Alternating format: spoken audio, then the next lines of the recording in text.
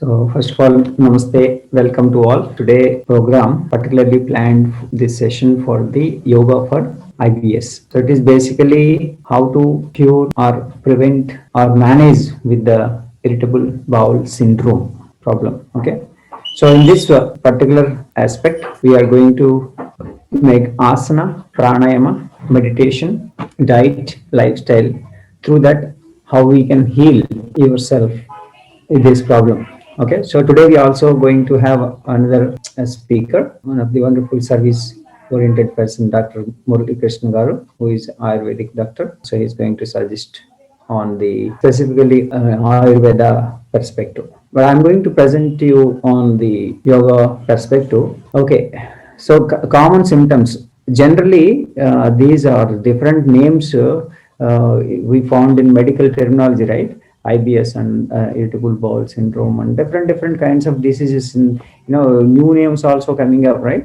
So as a non-medical people, so we confuse with several these words. So but whatever it is, but finally ultimately what we experience is okay, this is what happening నాకు ఇది జరుగుతుంది, constipation, diarrhea, mixed bowel habits. These are two different things, right? Constipation and diarrhea. It's really strange to have both. Diarrhea ఉంటుంది, constipation ఉంటుంది. తర్వాత mixed bowel habits, తర్వాత mucus in bowel movements. So sometimes tight గా ఉండడము, తర్వాత sometimes which is basically గమ్మీగా ఉండడము, ఇట్లా జిగురుగా ఉండడము. Okay, so then feeling of incomplete bowel movement. ఒకసారి అంటే క్లీన్ అవ్వట్లేదు అనేది ఆ ఫీలింగ్ ఉండిపోతుంది అనమాట. అలా లూజ్, ఇలా కొన్ని సిమ్టమ్స్ మనం చూద్దాం. అబ్డామినల్ పెయిన్స్, బ్లోటింగ్ ఉంటాయి. అదే కాకుండా ఇంకా కొన్ని సిమ్టమ్స్ మనం చూద్దాం. But basically abdominal gastric troubles ఇలాంటివి కూడా కొన్ని మీకు ఎక్స్పీరియన్స్ అవ్వచ్చు. క్రాంప్స్ కూడా ఉంటాయి, అబ్డామినల్ క్రాంప్స్ దీంట్లో. సో మీరు చూసినట్టయితే అసలు what is it, how is it happening and why it's happening అనేది కూడా మనం చూడాలి. ఇక్కడ మనం చూస్తే మన స్ట్రక్చర్ లో పెద్ద ప్రేగు చూసినట్టయితే లార్జ్ ఇంటెస్టైన్ లో మనకి ఎక్కడో చోట ఇలాగా ముడతలు ఉండడము జరుగుతుంది అనమాట, నొక్కుపోతుంది. ఆ నొక్కుపోయినటువంటి ప్రదేశంలో అది ఆ మలం లోపల నుంచి బయటకు రావడానికి చాలా కష్టపడతా ఉంటుంది అన్నమాట. ఇక్కడ చూడండి, ఇక్కడ ఈ ఏరియా చూసినట్టయితే కన్స్టిపేషన్ అండ్ ఏరియా ఆఫ్ స్పాజం, ఇక్కడ ఆ స్పాజం వచ్చింది. దెన్ ఇక్కడ మళ్ళా డిస్టెండెడ్ బౌల్, ఇక్కడ మళ్ళా పెద్దది అయిపోయింది, లార్జ్ అయింది. ఇక్కడ చూడండి, మామూలు సైజు కంటే ఎక్కువ సైజు ఇక్కడ ఉన్నది. ఇది ఇంకొక చిన్నది కింద ఇంకోటి వచ్చింది. కింద వచ్చేది మీకు డయేరియా. ఎందుకు వస్తుంది డయేరియా అనేది మనం ఒకసారి మీరు ఇక్కడ లాజికల్ గా ఆలోచించండి ఒకసారి. ఓకే, సో ఎందుకు ఇక్కడ డయేరియా ఎందుకు వస్తుంది? డయేరియా అంటే మల్టిపుల్ టైమ్స్ మనకి మోషన్స్ ఎందుకు అవుతున్నాయి, లూజ్ మోషన్స్ కింద అవుతాయి. ఎందుకు అవుతాయి? బేసికల్లీ ఇక్కడ నుంచి వచ్చేది సాలిడ్ అంతా ఇక్కడ ఆగిపోతుంది, లిక్విడ్ లోపలికి పాస్ అయిపోయి ఆ లిక్విడ్ వస్తా ఉంది, మళ్ళీ ఈరోజు అనిపిస్తా ఉంటుంది అనమాట.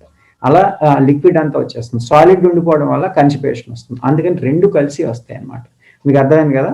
అదంతా ఫిల్టర్ లాగా వర్కౌట్ అయిపోయి ఇది ఫిల్టర్ లాగా కిందకు వచ్చేస్తుంది. నీళ్ళు వచ్చాయి కాబట్టి మీకు మోషన్ ఫీలింగ్ వస్తుంది, అండ్ దెన్ మోషన్ వెళ్తాడు. దెన్ మళ్ళీ అగైన్ ఇంకొకసారి కాసేపటికి మళ్ళా ఫిల్టర్ అవుతుంది, మళ్ళా కాసేపు నీళ్ళు వస్తాయి, మళ్ళా విరోచనం వెళ్ళాలి. ఇలా మల్టిపుల్ టైమ్స్ డయేరియా, ఇది విరోచనం అవుతుంది కాబట్టి డయేరియా అని ఆ సిమ్టమ్. ఓకే, అలాగే కన్స్టిపేషన్. Why కన్స్టిపేషన్ happening? అక్కడ మధ్యలో ఆ లిక్విడ్ అంతా పోయింది కాబట్టి ఆ సాలిడ్ కి లూజ్ గా వెళ్ళడానికి దారి లేదు, సరిగ్గా వెళ్ళలేదు కాబట్టి చాలా కష్టపడాల్సి వస్తుంది అన్నమాట. అందుకని ఇక్కడ ఇబ్బంది అవుతుంది. సో మనం సింపుల్ గా అర్థం చేసుకున్నట్టు చాలా జాగ్రత్తగా హ్యాండిల్ చేయొచ్చు దీన్ని. ఈ పిక్చర్ లో చూడండి, ఈ పిక్చర్ లో చూసినట్టయితే మీకు బాగా క్లియర్ గా అర్థం అవుతుంది. సో ఇక్కడ ఇది అబ్నార్మల్ కాంట్రాక్షన్ ఏర్పడింది. ఇక్కడ ఈ కాంట్రాక్షన్ ఎందుకు వచ్చింది? ఈ కాంట్రాక్షన్ వచ్చిన కారణం ఏంటి? అది చిన్నప్పటి నుంచి ఉందా, లేదంటే మధ్యలో ఎందుకైనా ఈ జంక్ ఫుడ్స్ వల్ల, ఏదైనా ప్రాబ్లమ్స్ వల్ల మధ్యలో ఇబ్బంది అయిందా అనేది తర్వాత నెక్స్ట్ డీటెయిల్స్కి వెళ్దాం. బట్ ఫస్ట్ ఆఫ్ ఆల్ అలాంటిది ఉంది అంటే ఇలాంటి కాంట్రాక్షన్ అనేటువంటిది ఉంది అంటే, ఆ స్పాజం ఉందంటే, దెన్ మనము అర్థం చేసుకోవాల్సింది రావడము కష్టం అవుతుంది. ఆ చిన్న పైప్ నుంచి రావడం కష్టం అవుతుంది, ఆ మలం రావడం కష్టం అవుతుంది. కష్టమైనప్పుడు ఆ లిక్విడ్ ఫామ్ లో ఏది ఉందో అది ముందు ఫిల్టర్ అయ్యి వచ్చేస్తుంది, ఆ సాలిడ్ మిగిలిపోతుంది, అది తొయ్యడం కష్టము. అప్పుడు ఏం చేయాలి? చాలా క్లిష్టమైన పరిస్థితి కదా. సో ఇది ఆలోచించండి ఇప్పుడు. సో ఇక్కడ ఈ సిండ్రోమ్లో నెక్స్ట్ పరిస్థితి చూద్దాం, ఇక్కడ చూద్దాం. ఓకే, సో దీనిలో మనకి మామూలుగా దీనికోసం అసలు ఇవన్నీ లోపల మనకు అన్ని కనిపించవు కదా, కనిపించవు. మనకు కనిపించే ఏంటి సిమ్టమ్స్ కనిపిస్తాయి. ఏం కనిపిస్తాయి?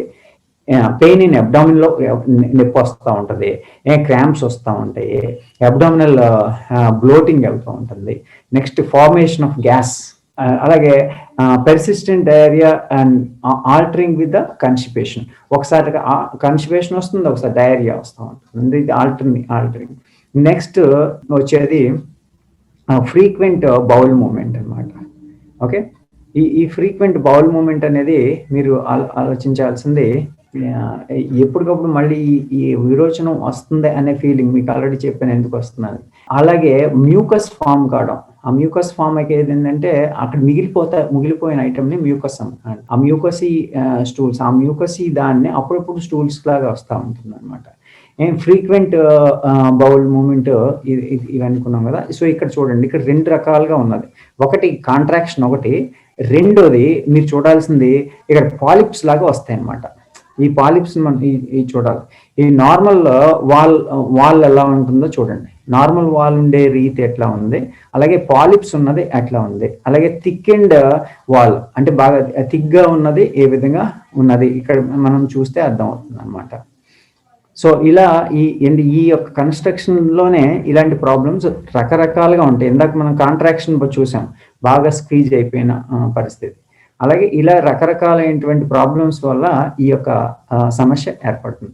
అంతేకాకుండా ఈ పాలిప్స్ చూడండి, ఈ బుడగల్లాగా వచ్చేటువంటివి లోపల ప్రేగులో అనేక ప్రాంతాల్లో వచ్చే అవకాశం ఉందన్నమాట. ఓకే, సో ఈ అనేక ప్రాంతాల్లో లాస్ట్లో యాక్చువల్గా మనకి ఈ రెక్టమ్ దగ్గరలో ఎక్కువ మనకి ఈ ప్రాబ్లం ఏర్పడుతూ ఉంటుంది అనమాట. అందుకని మనకి డయేరియా ఇది కలిసి వచ్చేది.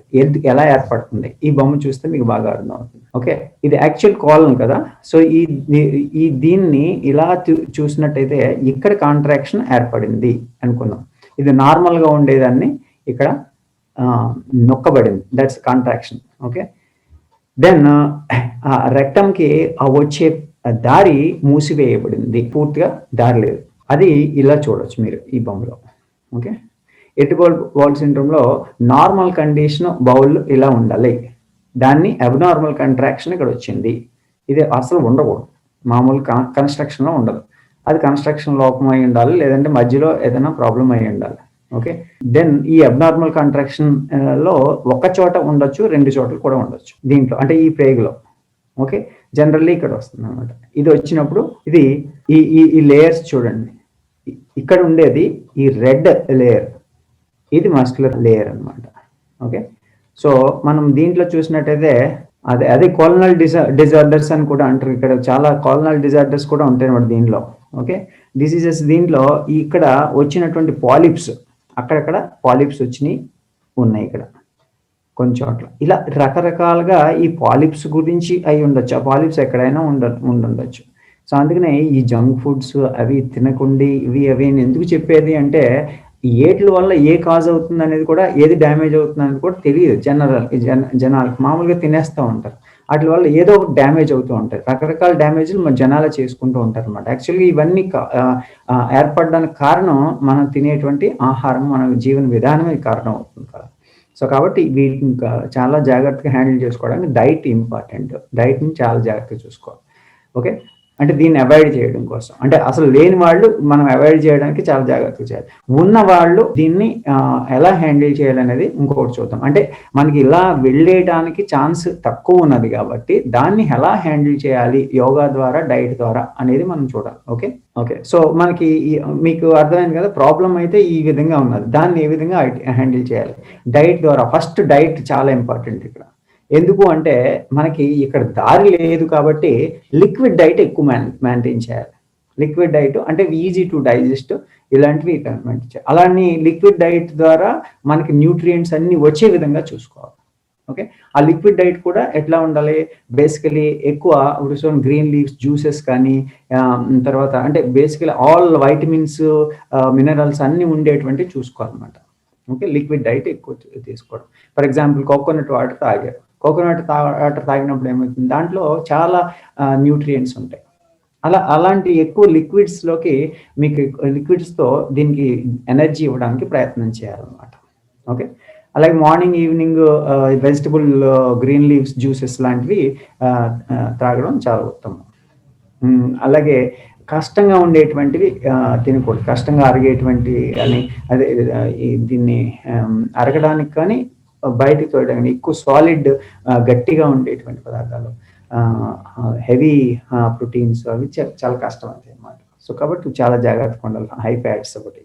ఇక్కడ నెక్స్ట్ ఆసన, క్రియాస్, ప్రాణాయామాస్, మెడిటేషన్ ఇవి చాలా ఇంపార్టెంట్. ఇక్కడ రెండు విషయాలు అర్థం చేసుకోవాలి. ఇక్కడ ఇది ఒకటే కాదు కారణమయ్యేది, ఇది బాడీ స్ట్రక్చర్ గురించి మాట్లాడుతున్నాం. ఇక్కడ రెండు కారణాలు ఉంటాయి. ఒకటి ఐబిఎస్ ఎందుకు వస్తుంది అంటే యాంగ్జైటీ వల్ల వచ్చింది. యాంగ్జైటీ ఎందుకు వస్తుంది అంటే ఐబిఎస్ వల్ల వస్తుంది. మళ్ళీ ఐబిఎస్ ఉన్న వాళ్ళకి యాంగ్జైటీ వస్తుంది. యాంగ్జైటీ ఉన్నది ఇదేంటంటే ఇది చికెన్ అండ్ ఎగ్ ప్రాబ్లం లాగా అనమాట. అట్లా ఏది ముందు వస్తుంది. ఇప్పుడు ఇది ప్రాబ్లం ఉన్నదే యాంగ్జైటీ వస్తూ ఉంటుంది. మళ్ళీ యాంగ్జైటీ క్రియేట్ అయింది ఐబిఎస్ వల్ల క్రియేట్ అయింది. ఐబిఎస్ యాంగ్జైటీ వల్ల మళ్ళీ ఐబిఎస్ వస్తాం.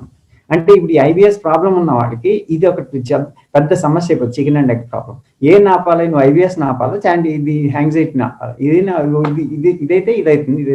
సో కాబట్టి ఎందుకంటే ఫస్ట్ మనం చేయాల్సింది దీన్ని ఐబిఎస్ రాకుండా చూసుకోవడం ఒకటి. రెండు, యాంగ్జైటీ రాకుండా మనం ఏం చేయాలి, యాంగ్జైటీ మేనేజ్ చేయడం కోసం ఇవి ప్రాణాయామస్, మెడిటేషన్లో వీటి ద్వారా మనం జాగ్రత్తగా మేనేజ్ చేయాలి. ఓకే, ఇవి అంటే ప్రాపర్ స్లీప్ కూడా సరిగ్గా ఉండకపోవడానికి కారణము ఆ యాంగ్జైటీనే. అంటే ఆలోచనలు వచ్చేస్తూ ఉంటాయి చాలా. అంటే మంచి డిసిప్లిన్ ఉన్న వాళ్ళకి కూడా ఈ ఐబిఎస్ వల్ల యాంగ్జైటీ వస్తూ ఉంటుంది అన్నమాట. సో అటువంటి పరిస్థితి ఏర్పడుతుంది. సో అందుకని ఇది చాలా ముఖ్యమైనటువంటి విషయం గుర్తుపెట్టుకోవాలి. ఒకటి, డైట్ ద్వారా మనం ఏం చేస్తామంటే ఐబిఎస్ని జాగ్రత్తగా కంట్రోల్ చేసుకుంటూ వెళ్ళడం, ఎక్కువ ప్రాబ్లం లేకుండా చూసుకోవడం. రెండు, ఆ టెన్షన్ తగ్గించుకుంటూ at the same time 3 times a day 3 సార్లు ఈ ప్రాణాయామాలు, మెడిటేషన్లు చేయడం. 3 సార్లు అయితే మీరు టైం పెట్టాలి. అంటే 3 times a day భోజనం ఎట్లయితే చేస్తామో అట్లానే 3 times a day morning evening ఈ ప్రాణాయామ, మెడిటేషన్ చేయాలి. అవి ఏమేం చేయాలి, ఈ ఐబిఎస్కి ఏది బెస్ట్ అనేది మనం చూద్దాం. ఓకే, నెక్స్ట్ ఇంకా క్రియాస్ కూడా చాలా ఇంపార్టెంట్. అంటే క్లీనింగ్ అనేటువంటిది, బౌల్ క్లీనింగ్ చాలా ముఖ్యం. సో దానికి కొన్ని క్రియలు చేయాలి. ముఖ్యంగా అగ్నిశార క్రియ బాగా పనిచేస్తుంది. అంటే చాలా మందికి ఇంకొక టెన్షన్ ఉంటుంది, అయ్యో ఈ బౌల్స్ అన్ని మూవ్ అయిపోతాయి ఎట్లా అని. బౌల్స్ మూవ్ అవ్వాలి అంటే బేసికల్లీ లోపల పేగులు అంటే పెయిన్ వస్తూ ఉంటుంది. అయ్యో ఇది కదిలిపోతే మళ్ళీ అక్కడ ఇంకా ఇబ్బంది అవుతుందేమో అని అనిపిస్తూ ఉంటుంది అనమాట. సో అట్లా కాకుండా మనం ఏంటంటే క్రియలు, అగ్నిశార క్రియ లాంటివి కానీ ఇలాంటివి, తర్వాత శంఖ ప్రక్షాళన ఇలాంటివన్నీ కూడా మనం ప్రాక్టీస్ చేయొచ్చు. అంటే ఎల్ఎస్పి, లఘు శంఖ ప్రక్షాళన ఇలాంటివి. అదేవిధంగా అశ్వని ముద్ర ఇట్లాంటివి కూడా బాగా పనికి వస్తాయి ముద్రలో. ఓకే, బట్ మనం చూద్దాం నెక్స్ట్ లెవెల్లో. ఇంకా ఇక్కడ చూడాల్సిన వాటిలో కొన్ని మీరు కూడా నోట్ చేసుకుంటూ ఉండండి. అంటే అన్ని దీంట్లో పెట్టలేదు స్లైడ్స్లో. I'm just talking through these things అనమాట. ఓకే, నెక్స్ట్ లైఫ్ స్టైల్, దినచర్య చాలా ఇంపార్టెంట్. రోజు ఏ టైం తింటున్నామో అదే టైం తినడం ఇంపార్టెంట్. అలాగే ఏ పదార్థాలు తింటున్నామో కూడా ముఖ్యం అనమాట. సో అవి ఏ పదార్థాలు తింటే బెటర్ ఏంటనేది నెక్స్ట్ స్లైడ్స్లో చూద్దాం. ఓకే, సో అంటే యోగా ఫర్ ఐబిఎస్ అంటే it is not only just asanas, diet, asanas, kriyas, ప్రాణాయామం అని మీకు తెలుసు. అంటే యోగా అంటే it is a holistic approach. అది యుక్త ఆహార విహారస్య యుక్త చేష్టస్ కర్మషు అని చెప్పేసి మనం భగవద్గీతలో శ్రీకృష్ణ పరమాత్మ ఇచ్చింది. యోగా అంటే అదే అని చెప్పేసి కదా. సో కాబట్టి ఆ అన్నిటిలోనూ మనం చాలా మోడరేట్గా, చాలా జాగ్రత్తగా హ్యాండిల్ చేసుకోవాలన్నమాట. లైఫ్ స్టైల్, దినచర్య, ముఖ్యంగా దినచర్య చాలా ఇంపార్టెంట్. ఆయుర్వేదంలో కూడా అదే చెప్తారనమాట. ఓకే, సో దీంట్లో మనం ఒక థెరపీ పరంగా చూసినట్టయితే కనుక ఇలాంటి కొన్ని ఆసనాలు మనకి ముఖ్యంగా దీంట్లో పనిచేస్తాయి అన్నమాట. ఈ ఐబిఎస్కి హ్యాండిల్ చేయాలంటే ఈ ఆసనాలని రెగ్యులర్గా ప్రాక్టీస్ చేయడం చాలా ముఖ్యం. అది కూడా చాలా జాగ్రత్తగా ఆసన రూపంలోనే చేయాలి. ఎక్సర్సైజ్ లాగా కాకుండా ఆసన రూపంలో చేయడం చాలా ముఖ్యం అన్నమాట. మీకు తెలుసు ఆసనం ఎలా చేయాలి. స్థిరం, చిరం, సుఖం ఆసనం, అది చాలా ఇంపార్టెంట్. ఓకే, ఆసనం అంటే అదే మనకి చాలా రిలాక్సేషన్ టెక్నిక్ లాగా ఉండాలి. అంటే బేసికలీ ప్రతి ఆసనంలోనూ అంత స్థిరం, చిరం, సుఖం రావాలన్నమాట. అంటే కంఫర్టబుల్గా చేయాలి. ఓకే. అంటే ఇంకోటి యాంగ్జైటీ లేకుండా చేయాలి. ముఖ్యంగా అక్కడ యాంగ్జైటీని హ్యాండిల్ చేస్తాం కాబట్టి ప్రతి ఆసనంలోనూ కూడా రిలీజ్ చేసుకోవాలి. ఓకే. సో దీంట్లో కొన్ని లిస్ట్ చేసినవి ఇవి చూడండి. మీరు చూసినట్టయితే జస్ట్ సింపుల్ మనం చూసినట్టయితే ఈ యొక్క 3 parts ఆఫ్ మనకి సెక్షనల్ బ్రీతింగ్ చేస్తాం. సెక్షనల్ బ్రీతింగ్ బాగా పనికొస్తుంది. దాంట్లో అబ్డామినల్ బ్రీతింగ్ ముఖ్యం. ఓకే.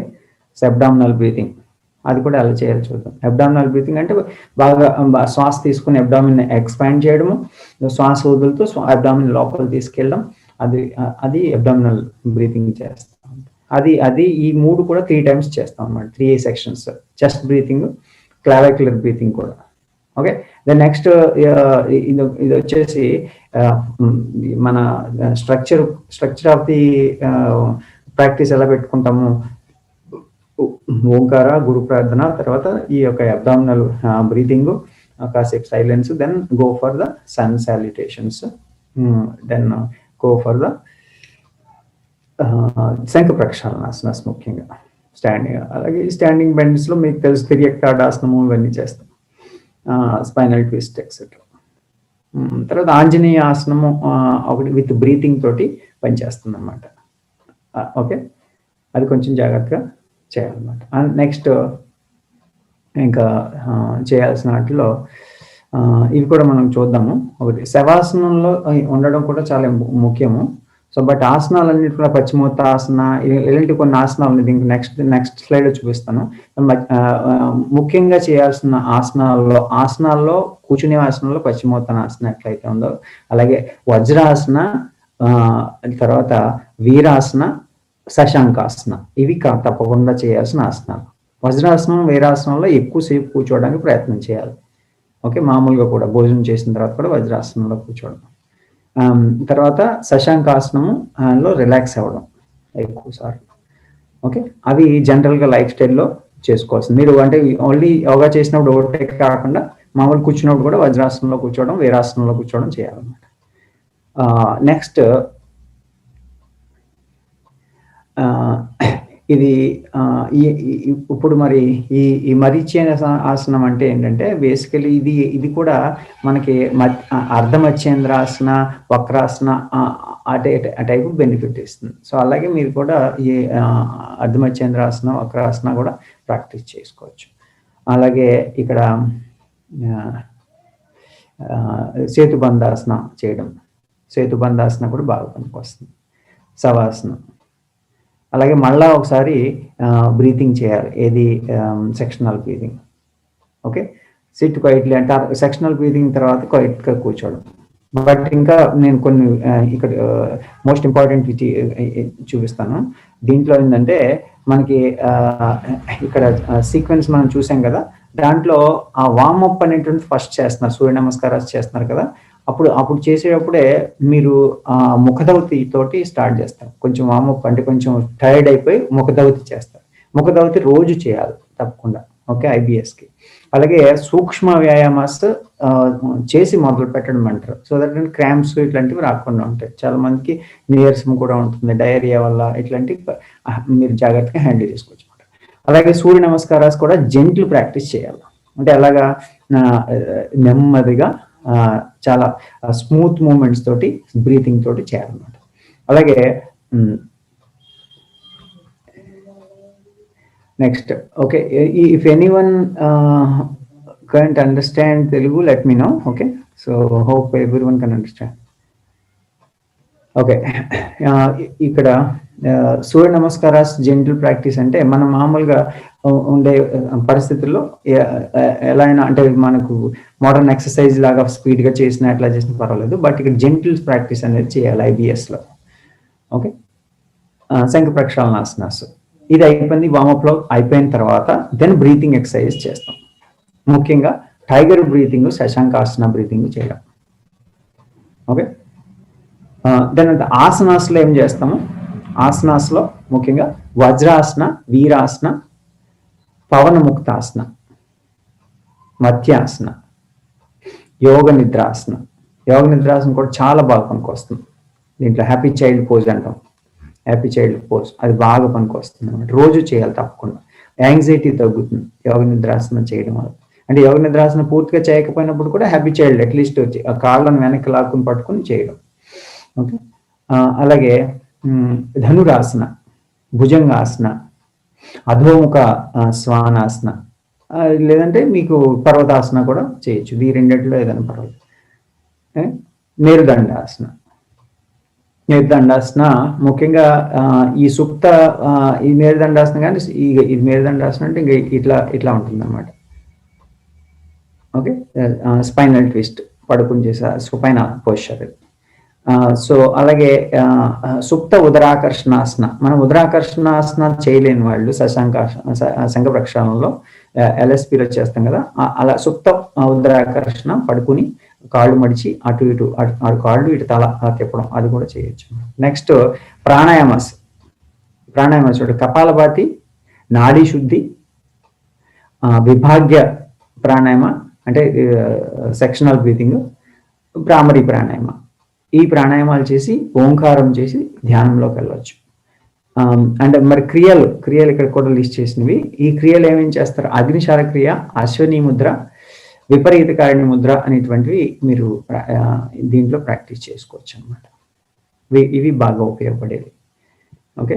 సో అంటే బౌల్స్ అన్నింటినీ కూడా జాగ్రత్తగా ఉంచుకోగలిగేటువంటి స్థితి ఏర్పడుతుంది అనమాట వీటి వల్ల. అశ్వనీ ముద్ర ముఖ్యంగా పైల్స్ కూడా బాగా ఉపయోగపడేది. పైల్స్ ఉన్న వాళ్ళు Ashwini Mudra daily 3 times morning, 3 times evening చేయడం చాలా ఉత్తమం అన్నమాట.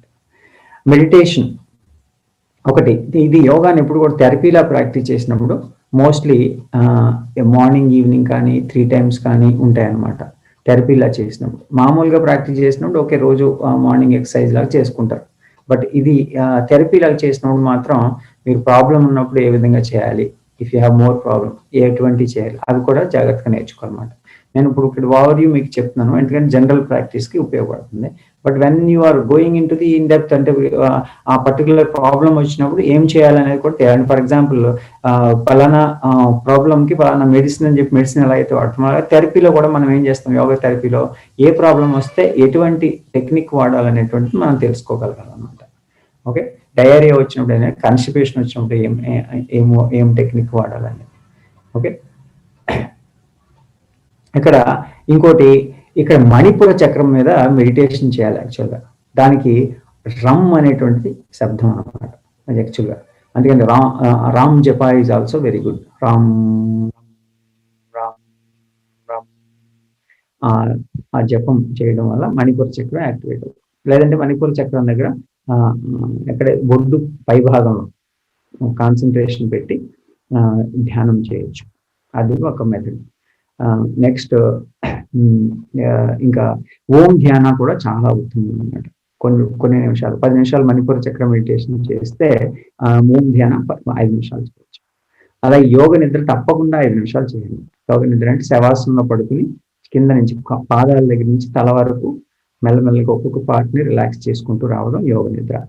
ఆ యోగ నిద్ర రోజు పొద్దున్న సాయంత్రం 5 నిమిషాలు చేసినట్టయితే యాంగ్జైటీ తగ్గుతుంది, ఆ నిద్ర బాగుపడుతుంది. చాలా మందికి నిద్ర రాకపోవడం ఈ సమస్య ఉంటుంది అన్నమాట. ఇంకొకటి ఏంటంటే, ఈ ప్రాక్టీసెస్ చేసినప్పుడు నెసరీ ప్రికాషన్స్ తీసుకోవడం, ఎక్స్పర్ట్స్ గైడెన్స్ తీసుకోవడం చాలా ముఖ్యం. ఓకే. నెక్స్ట్ ఫుడ్స్ ఏం తినాలి, ఎటువంటి ఫుడ్ తింటే మంచిది వీళ్ళకి. ముఖ్యంగా ఎప్పుడైనా కానీ మీకు ఒకటే గుర్తుపెట్టుకోండి, ఎప్పుడైనా డయేరియా ప్రాబ్లం ఉన్నా, ఎక్కువ మోషన్స్ అవుతున్నా, అలాగే కాన్స్టిపేషన్ ప్రాబ్లం అనుకున్నా, ఇలాంటి ఫ్రూట్స్ బాగా ఉపయోగపడతాయి. ఇవి జార్చే గుణం ఉన్నటువంటి బనానా ఒకటి, పపాయ, అలాగే అవకాడో, ఇవన్నీ కూడా బాగా సింపుల్గా జార్ చేస్తాయి అన్నమాట. అంటే ఇవన్నిటిని క్లీన్ చేసుకుని బయటకు తీసుకెళ్ళిపోతుంది. అందుకని ఇవి బాగా పనిచేస్తాయి. అలాగే హోల్ గ్రెయిన్స్ ఉపయోగించడం, పాలిష్డ్ ఉపయోగించకూడదు. అప్పుడు ఏమవుతుందంటే పాలిష్డ్ ఉపయోగించి, అలాగే వైట్ పిండిలు ఇట్లాంటివి ఎక్కువ ఉపయోగించేసినట్టయితే ఏమవుతుందంటే ఆ సాఫ్ట్ ఫుడ్స్ వల్ల, నేను సాఫ్ట్గానే తింటున్నాను అనుకుంటారు, కానీ దానివల్ల ఆ సాఫ్ట్ది తిన్నా లేదంటే పలుకుల్లాగా తిన్నా ఏమవుతుందంటే అదంతా కూడా ఈ పాలిష్డ్ గ్రెయిన్స్ అన్ని అక్కడ టైట్గా పట్టేస్తాయి అన్నమాట. ఆ పట్టేసి బయటికి రావడం చాలా కష్టమైంది. అందుకని ఎప్పుడు కూడా హోల్ గ్రెయిన్స్ ఉపయోగించినట్టయితే సరైనటువంటి ఫైబర్స్ లోపలికి సరిపట్టుకు వెళ్తాయి అనమాట. మళ్ళీ హై ఫైబర్స్ కూడా జాగ్రత్తగా చూసుకోవాలి అందులో. అలాగే మూంగ్ దాల్ చూడండి, మనకి ఎప్పుడైనా సరే దౌతి క్రియ చేసినప్పుడు కానీ ఈ క్రియలు చేసినప్పుడు మనకి మూంగ్ దాల్ రైస్ తోటి పొంగల్ లాగా చేసి తింటాం. అది కూడా జార్చీ గుణం ఉంటుంది కాబట్టి. అలాగే వెజిటబుల్స్ లో ముఖ్యంగా గార్డ్స్ అంటే తీగ జాతి వెజిటబుల్స్ బాగా తీసుకోండి, బీరకాయలు కానీ కాకరకాయలు కానీ ఇట్లాంటివి అనమాట. అలాగే గ్రీన్స్, బచ్చలి కూర, తర్వాత అరంత్ అంటే తోటకూర, ఇలాంటివి అనమాట తీసుకోవడం ముఖ్యం అనమాట. ఎందుకంటే ఇక్కడ న్యూట్రిషన్ కూడా ముఖ్యం అనమాట. అందుకని మనం తినేయడమే ముఖ్యం కాదు, చాలా టైం టు టైము ఈవెన్ లిమిటెడ్గా చేస్తే చాలు, ఎక్కువ అవసరం లేదు. ఒకసారి ఒక జ్యూస్లో కొన్ని వెజిటబుల్స్, బీరకాయలు లేదంటే ఇంకోటి అమరంత్ తోటకూర రసం తాగామనుకో చాలా మంచి న్యూట్రియంట్స్ వచ్చేస్తాయి, రసం చాలా న్యూట్రియంట్స్ వస్తాయి అన్నమాట. Any questions? ఓకే, క్వశ్చన్స్ లాస్ట్లో తీసుకున్నాము. First let's go through juice. ఇక్కడ జ్యూసెస్ చెప్పాను కదా, మెయిన్గా ఈ వెజిటబుల్ జ్యూసెస్ అనమాట, dry vegetable juices at least 2 times a day అనమాట. ఓకే, ఎంటీ స్టమక్తో చేయాలి. జ్యూసెస్ తాగినప్పుడు ఎప్పుడు కూడా మనం మీద భోజనం చేసేసి తాగడం కానీ వెంటనే భోజనం చేసేయడం కానీ చేయకూడదు. ఎంటీ స్టమక్తో తాగాలి. జ్యూస్ తాగిన తర్వాత, వెజిటబుల్ జ్యూస్ తాగిన తర్వాత అట్లీస్ట్ 1.5 hours 2 hours గ్యాప్ ఇచ్చిన తర్వాత ఏదైనా నెక్స్ట్ ఫుడ్ తినాలి. సో అందుకని యూ షుడ్ బి కేర్ఫుల్ అన్నమాట. ఈ యొక్క జ్యూసెస్ తాగినప్పుడు అట్లా మెయింటైన్ చేయాలి. కొంతమంది జ్యూస్ తాగేసి తినేస్తూ ఉంటారు, అలా చేయకూడదు అనమాట. Avoid high quantity of solid food, ఎక్కువ క్వాంటిటీస్ తినేయకూడదు, ఇక్కడ చాలా ఇంపార్టెంట్ అనమాట. దానివల్ల చాలా ఇబ్బంది అవుతుంది. అందుకని టమాటా తినేయడం. చెప్పండి Rajanna. Sir good evening sir. Good evening sir. ఏమనుకోవద్దు సార్, చిన్న డౌట్ ఉంది. సరే, మామూలు చాలా మంది చెప్తున్నారు ఈ అలోవేరా అనేది అంటే ఆరోగ్యానికి మంచిది, తర్వాత వేరే అంటే టోటల్ గా అలోవేరా ఉపయోగిస్తే కొంచెం బెనిఫిట్స్ వస్తాయి అంటున్నారు. అంటే మాకైతే అలోవేరా గురించి అంత ఐడియా లేదు. ఓకే సార్, కొంచెం మీరు ఏమనుకోకపోతే కొంచెం అలోవేరా గురించి ఒక బ్రీఫ్ గా చెప్పగలరా? అంటే షూర్. అలోవేరా కూడా one of the medicinal plant కాబట్టి మీరు మెడిసినల్ వాల్యూస్ అవసరమైనప్పుడు వాడుకోవచ్చు దాన్ని. ఎస్పెషల్లీ డయాబెటిక్ బాగా పనికొస్తుంది, చాలా వ్యాధులు పనికొస్తుంది అలోవేరా. అండ్ ఇలా కన్స్టిపేషన్ ప్రాబ్లం ఉన్న ఇలాంటి IBS వాటికి కూడా ఈ అలోవేరా జ్యూస్ బాగానే పనికొస్తుంది. అయితే దాంట్లో ఉన్నటువంటి అలోవేరాల పైన చెక్కిన తర్వాత ఒక భాగము ఎల్లో భాగం ఉంటుంది, అది కొంచెం విషపూరితమైనటువంటి, అది జ్యూస్లోకి వెళ్ళకూడదు. అందుకని చెప్పేసి మనం అలోవేరా జ్యూస్ చేసుకున్నప్పుడు ఆ సాఫ్ట్ భాగాన్ని తీసి ప్రాసెస్ చేసుకోవడం చాలా ముఖ్యం అనమాట. దాన్ని క్లీన్ చేసుకుని ఆ క్లీన్ చేసిన దాన్ని జ్యూస్ లాగా తీసి తాగడం అనమాట. ఓకే, సో కాబట్టి అది మామూలుగా కూడా పనికొస్తుంది, అది కూడా ఎంటీ స్టమక్ తోటే తాగాలి. ఓకే, సో అది గుర్తుపెట్టుకోండి. అది కూడా క్వాంటిటీ ఎక్కువ తాగకూడదు, కొంచెం తక్కువ మొత్తంలో తీసుకోండి. ఎప్పుడైనా సరే జనరల్గా ఇలాంటి మెడిసినల్ ఏమైనా తీసుకున్నా 50 ml తీసుకుంటూ ఉండండి. ఇప్పుడు ఫర్ ఎగ్జాంపుల్ గోమూత్రం తీసుకున్న 10 ml 20 ml స్టార్ట్ చేయండి, 50 ml వరకు తీసుకోండి. అదే మనం ఒకేసారి ఒక గ్లాస్లో ఎంత తాగేసిద్దాం అనుకున్నప్పుడు ఇబ్బందులు అవుతాయి అనమాట, అంటే మీకు అలవాటు లేకుండా. అందుకని మీరు తక్కువ మొత్తంలో స్టార్ట్ చేయండి, కావాలంటే కొంచెం కొంచెం పెంచుకోండి మీకు అవసరాన్ని బట్టి. ఓకే, అలాగే మీకు బాగా న్యూట్రియంట్స్ తక్కువ ఉన్నప్పుడు మీరు ఏం చేయాలంటే, అంటే లోపల సాలిడ్స్ కష్టమవుతున్నాయి కాబట్టి మీకు బాదం నుంచి తీసిన మిల్క్ కానీ అలాగే కోకోనట్ నుంచి తీసినటువంటి మిల్క్ కానీ ఎంటీ స్టమక్తో తాగితే చాలా మంచి న్యూట్రియంట్స్ వస్తాయి. అప్పుడు ఇది మిల్క్ రూపంలో తాగడం వల్ల మీకు న్యూట్రియంట్స్ సరిగ్గా అందుతాయి. అంటే వాటిల్లో చాలా హై న్యూట్రియంట్స్ అనమాట. అంటే మీకు ప్రోటీన్ తక్కువైందని కానీ ఇది ఇబ్బంది ఉండదు. ఇంకోటి అరిగించుకోవడానికి ఇబ్బంది ఉండదు, చాలా ఈజీగా అరుగుతుంది. ఇంకొకటి స్టూల్కి ప్రాబ్లం ఉండదు. అది దీనిలోకి ఎక్కువ మీకు ఇబ్బంది పెట్టేది సాలిడ్ లేదు కాబట్టి ఇంకా దానిలోంచి ఆ ప్రవాహంలోంచి వెళ్ళేది లేదనమాట. అంటే ఏంటి, మనం ఇక్కడ ఏం చేస్తున్నాము, దీంట్లో ఒక చిన్న టెక్నిక్ ఫాలో అవ్వండి. ఏంటంటే వెరీ సింపుల్ టెక్నిక్. ఆ యొక్క ఇక్కడ ప్రేగ్ ఏదైతే ఉందో ఇక్కడ మూసుకుపోయిన దాన్ని మనం ఉపయోగించక్కర్లేకుండా, అంటే దీని నుంచి మనం ఎక్కువ మొత్తంలో ఆ అమౌంట్ ఆఫ్ ఫుడ్ని అందులోంచి ఫుడ్ వేస్ట్ దాంట్లోంచి పంపించక్కర్లేకుండా మనం ప్లాన్ చేసుకోవచ్చు ఫుడ్ని. దానివల్ల మీకు చాలా బెనిఫిట్ జరుగుతుంది అనమాట. మీకు అర్థమైంది కదా. సో అది లిక్విడ్ ఫుడ్ వల్ల మీకు బాగా అడ్వాంటేజ్. ఓకే, దెన్ నెక్స్ట్ ఇంకా ఆ లిక్విడ్ డైట్ లో ఇంకా సూప్స్ కూడా మీకు కొన్ని అలవాటు చేసుకోవాలన్నమాట. సూప్స్ అంటే ఎలా అంటే, ఫర్ ఎగ్జాంపుల్ బార్లీ సూప్ లాగా పెట్టేసి నూకలా చేసి బార్లీ సూప్ పెట్టి దాంట్లో వెజిటబుల్స్ లాగా చిన్న చిన్న వెజిటబుల్స్ స్టీమ్ చేసేసి దాంతో కలుపుకుని తిన్నట్టయితే మంచి వెజిటబుల్ సూప్ అవుతుంది అనమాట. అది బార్లీ వెజిటబుల్ సూప్ చాలా అద్భుతమైనటువంటి న్యూట్రిషన్ ఉంటుంది. At the same time cleaning చాలా ఈజీ అనమాట. ఒక్కొక్క రోజు మీరు ఇలాంటి డైట్ తీసుకోవచ్చు అనమాట. ఓకే, అది చాలా ముఖ్యం. అయితే ఈ ఏదైనా మెడిసినల్ వాల్యూస్ తోటి ఉన్న వాటిని మీరు తీసుకోవాలి అని అనుకుంటే వాటిలో ముఖ్యంగా మీరు ఎంటీ స్టమక్తో ఎర్లీ మార్నింగ్ తీసుకోవడం ముఖ్యం అన్నమాట. ఫర్ ఎగ్జాంపుల్ అలోవెరా జ్యూస్ కానీ, తులసి జ్యూస్ కానీ, లేదంటే ఇంకొక జ్యూస్ కానీ, అవన్నీ కూడా ఎర్లీ మార్నింగ్ తీసుకోవడం చాలా ముఖ్యం అన్నమాట. ఓకే, నెక్స్ట్ ఇలాంటివి ముఖ్యంగా డైరీ ప్రొడక్ట్స్ వీలైనంత వరకు అవాయిడ్ చేయడం. Sugar, maida and all kinds of junk foods avoid చేయాలి. ఇవి చాలా ఇరిటేషన్ ఇస్తాయి అన్నమాట మనకి. బౌల్స్, జనరల్ బౌల్స్ అందరికీ ఇస్తాయి, బట్ ఇరిటబుల్ బౌల్ సిండ్రోమ్ ఉన్న వాళ్ళకి ఎక్కువ ప్రాబ్లం వస్తుంది అన్నమాట.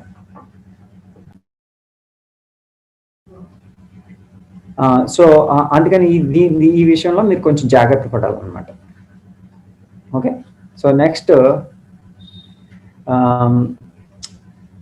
ఇంకా దీనిలో మీకు కవర్ చేయాల్సిన వాటిలో ప్రాక్టీస్లోకి వెళ్దాము. బట్ ప్రాక్టీస్కి వెళ్ళే ముందు మీకు ఏమైనా క్వశ్చన్స్?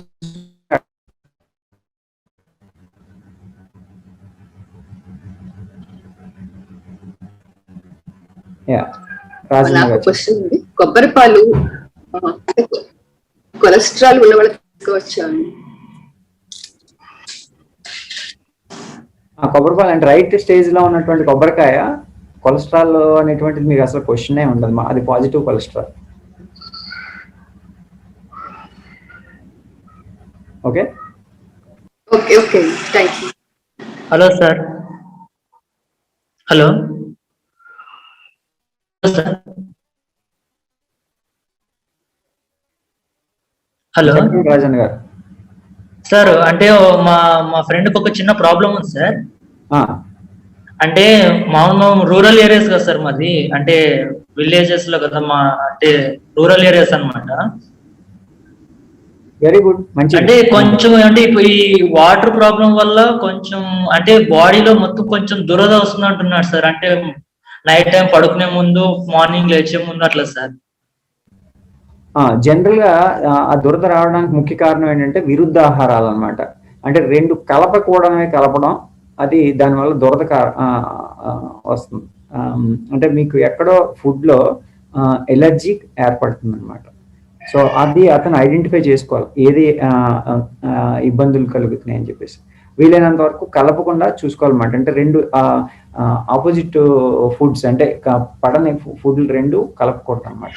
అలాంటివి చాలా జాగ్రత్త చూసుకోవాలి. ఫర్ ఎగ్జాంపుల్ తేనె, ఆవు నెయ్యి మంచివే, కానీ ఆ రెండు ఈక్వల్ క్వాంటిటీలో కలిపి తీసుకున్నట్టయితే కనుక అది విషం అవుతుంది. అర్థమైంది కదా. అలాగే పాలు, పెరుగు అనుకో, అది కూడా విషం అవుతుంది.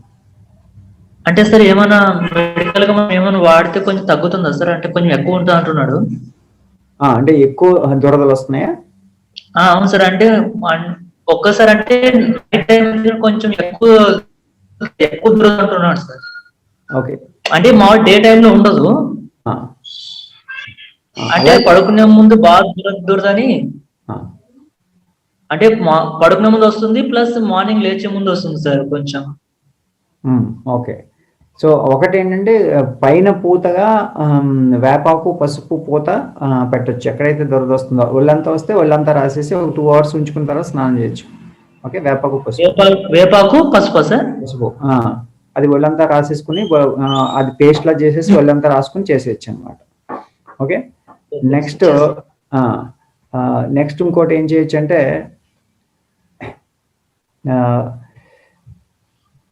లోపల తీసుకునే పదార్థాల్లో అంటే మెడిసినల్ వైజ్ మీరు కొన్ని మెడిసిన్స్ వాడుకోవచ్చు, హోమియోపతిలో కూడా ఉన్నాయి, తర్వాత ఆయుర్వేదంలో కూడా ఉన్నాయి. బట్ ముఖ్యంగా చూడాల్సింది ఇక్కడ చెప్పండి సార్.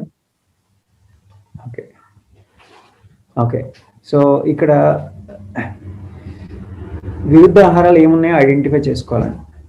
అంటే విరుద్ధ ఆహారాలు అంటే అతనికి పడని కొన్ని పదార్థాలు ఉండొచ్చు, అలాగే ఆపోజిట్వి రెండు కలిపి ఉండొచ్చు.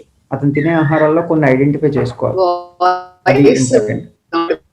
అది మనం సెపరేట్ గా మనం కావాలంటే అతనికి ఏం ప్రాబ్లం ఉందనేది మనం సెపరేట్ గా మాట్లాడవచ్చు. బట్ బేసికల్లీ ఇలాంటి విరుద్ధ ఆహారాలు ఏదైనా, ఫర్ ఎగ్జాంపుల్ కొంతమందికి బెల్లం పడదు, తర్వాత అలాగే వంకాయలు పడితే దురదలు వస్తాయి. ఇలా రకరకాలైనటువంటి తినేటి దురదలు రావడానికి కారణం అయి ఉండొచ్చు. సార్ మీ దగ్గర తర్వాత అంటే మన జూమ్ మీటింగ్ అయిపోయిన తర్వాత మిమ్మల్ని మాట్లాడవచ్చు సార్? మాట్లాడచ్చు, అంటే మనకి హెల్ప్ లైన్ కూడా ఉన్నది కాబట్టి మీకు ఏమైనా మెడిసిన్ ఇది కావాల్సి వచ్చినా కానీ యూ కెన్ రీచ్ అవుట్ అన్నమాట. Okay, so we can take it of line. Okay sir, I will reach sir after completion of Zoom meeting. IBS కి సంబంధించి అడగండి, ఇంకేమన్నా క్వశ్చన్స్ ఉంటాయి.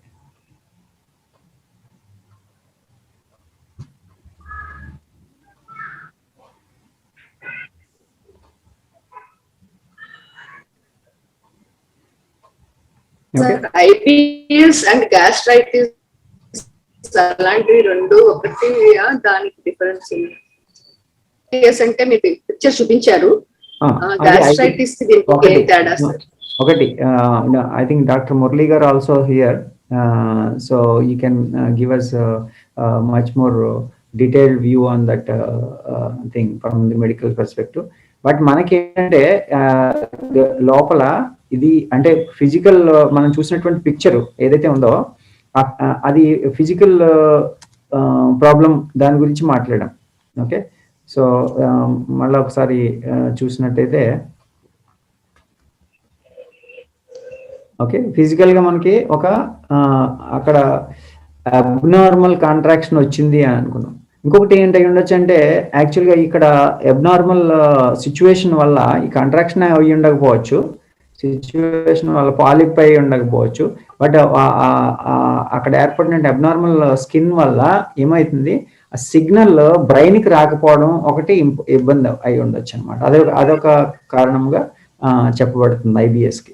సో కాబట్టి అది కూడా అయి ఉండొచ్చు. దానివల్ల ఏంటి, ఇప్పుడు మనకి ఈ రకమైనటువంటి హ్యాండ్లింగ్ చేయడం వల్ల మనం చెప్పినటువంటి యోగా థెరపీ ప్రాక్టీసెస్ చేయడం వల్ల ఆ యొక్క సిగ్నలింగ్ లెవెల్ ఇంప్రూవ్ అవ్వడం కానీ, లేదంటే ఈ యొక్క ప్రాబ్లమ్ని సులువుగా హ్యాండిల్ చేసుకోగలగడం మనకి ఈ క్రియల వల్ల, ప్రాణాయామాల వల్ల జరుగుతుంది అన్నమాట. సో కాబట్టి అందుకని మనము రెండు రకాలుగా అర్థం చేసుకోవాలి. ఒకటి ఫిజికల్ డిఫార్మిటీ ఏదైతే ఉంది, అది రెండోది మైండ్ పరంగా, సిగ్నల్ పరంగా ఏదైతే ప్రాబ్లం ఉంది. ఈ యొక్క మైండ్ కి ఎక్కడైతే సిగ్నల్ కట్ అవుతుంది అంటే మనకి దాంట్లో ఉన్నది తొయ్యాలి అనేటువంటిది మైండ్ పెడితేనే కదా అక్కడ బయటికి తోస్తుంది. కాన్స్టిపేషన్ అనేది ఎందుకు వస్తుంది, ఆ సిగ్నల్ అందకపోతే ఏమవుతుంది, అందులో ఉండిపోతుంది. అది తొయ్యాలనే విషయం నువ్వు పంపించలేకపోతుంది అక్కడికి. అలాగే ఇక్కడ ఉంది అనేటువంటి విషయం మనిషికి తెలియదు ఒక్కొక్కసారి. అలాంటి సిచ్యువేషన్స్ కూడా ఏర్పడతాయి అన్నమాట. Okay, but anyway that's one of the things. But and gastritis గురించి మీరు మాట్లాడుతున్నారు, but that is different thing. Already మనం సిమ్టమ్స్ గురించి మాట్లాడుకున్నాము. ఈ సిమ్టమ్స్ లో ఈ gastritis is one of them, but the gas trouble అనేది. బట్ ఇవన్నిటిలోనూ మీరు ఈ యొక్క పర్టికులర్ గా ఐబిఎస్ ఉన్నప్పుడు, ఈ సిమ్టమ్స్ ఉన్నప్పుడు మనము ఐబిఎస్ గా గుర్తించుకోవచ్చు అనమాట. బట్ ఇదే ఉన్నదా లేదా అనేటువంటిది మీరు ప్రాపర్ గా మీరు స్కానింగ్ చేయించుకుని తీసుకోవడం కానీ, ఇట్లాంటి ప్రాపర్ డయాగ్నోసిస్ అయితే మాత్రం చేసుకోవాలి. ఇంకేమైనా క్వశ్చన్స్ ఉన్నాయండి?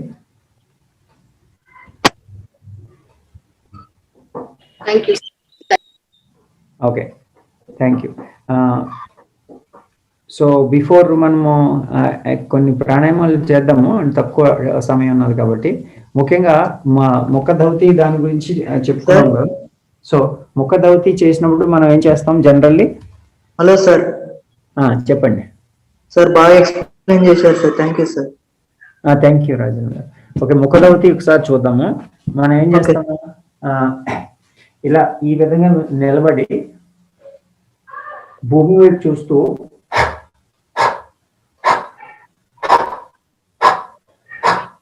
ఇది ఎక్కడి నుంచి వస్తుంది? మణిపుర చక్రం దగ్గర పడుతుంది అనమాట. అంటే మీరు మణిపుర చక్రం దగ్గర స్టిమ్యులేషన్ ఇవ్వాలి ఇక్కడ. ఓకే, అంటే ముఖధౌతి చేసినప్పుడు పొట్ట దగ్గర నుంచి బొడ్డు దగ్గర నుంచి మీకు గాలి వస్తుంది. ఒకసారి చేయండి ఇది.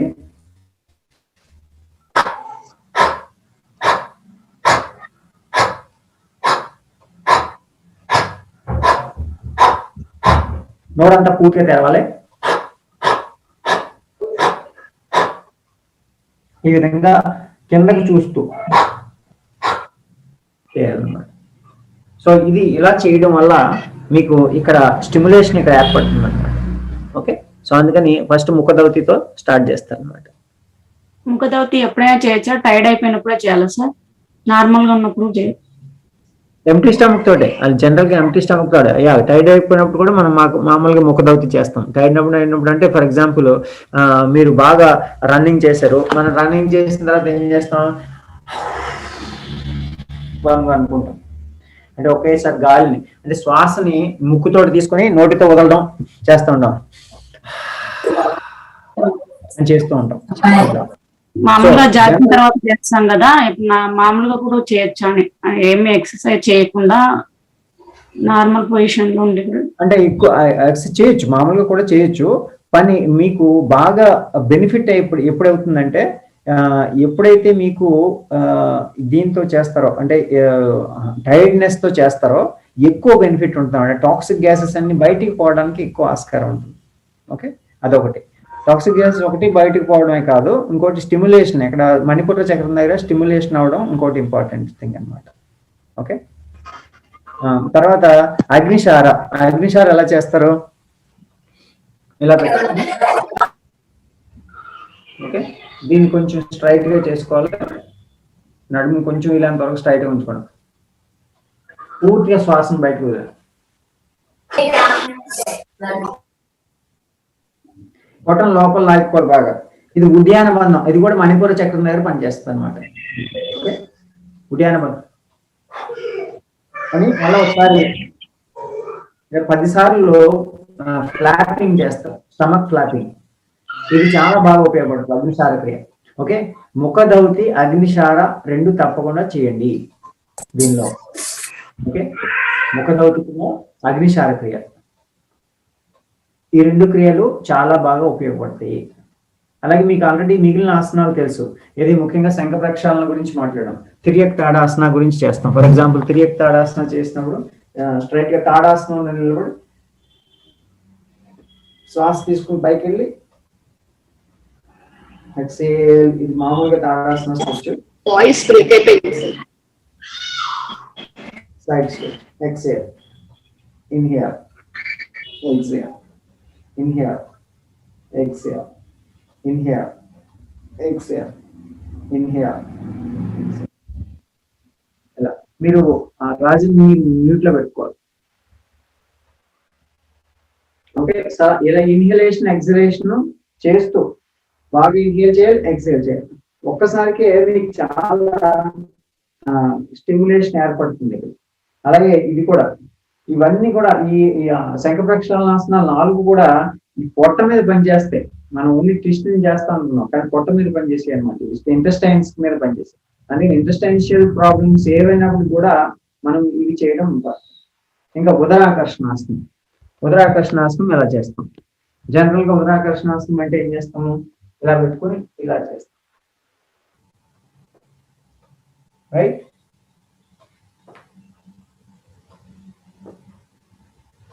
ఇది ఒక పద్ధతి. ఇంకా రెండో పద్ధతి ఏంటి? ఉదరాకర్షణాసనానికి మామూలుగా చేయలేని వాళ్ళు కొంతమందికి చేస్తూ ఉంటాం. ఉదరాకర్షణాసన ఇలా పడుకొని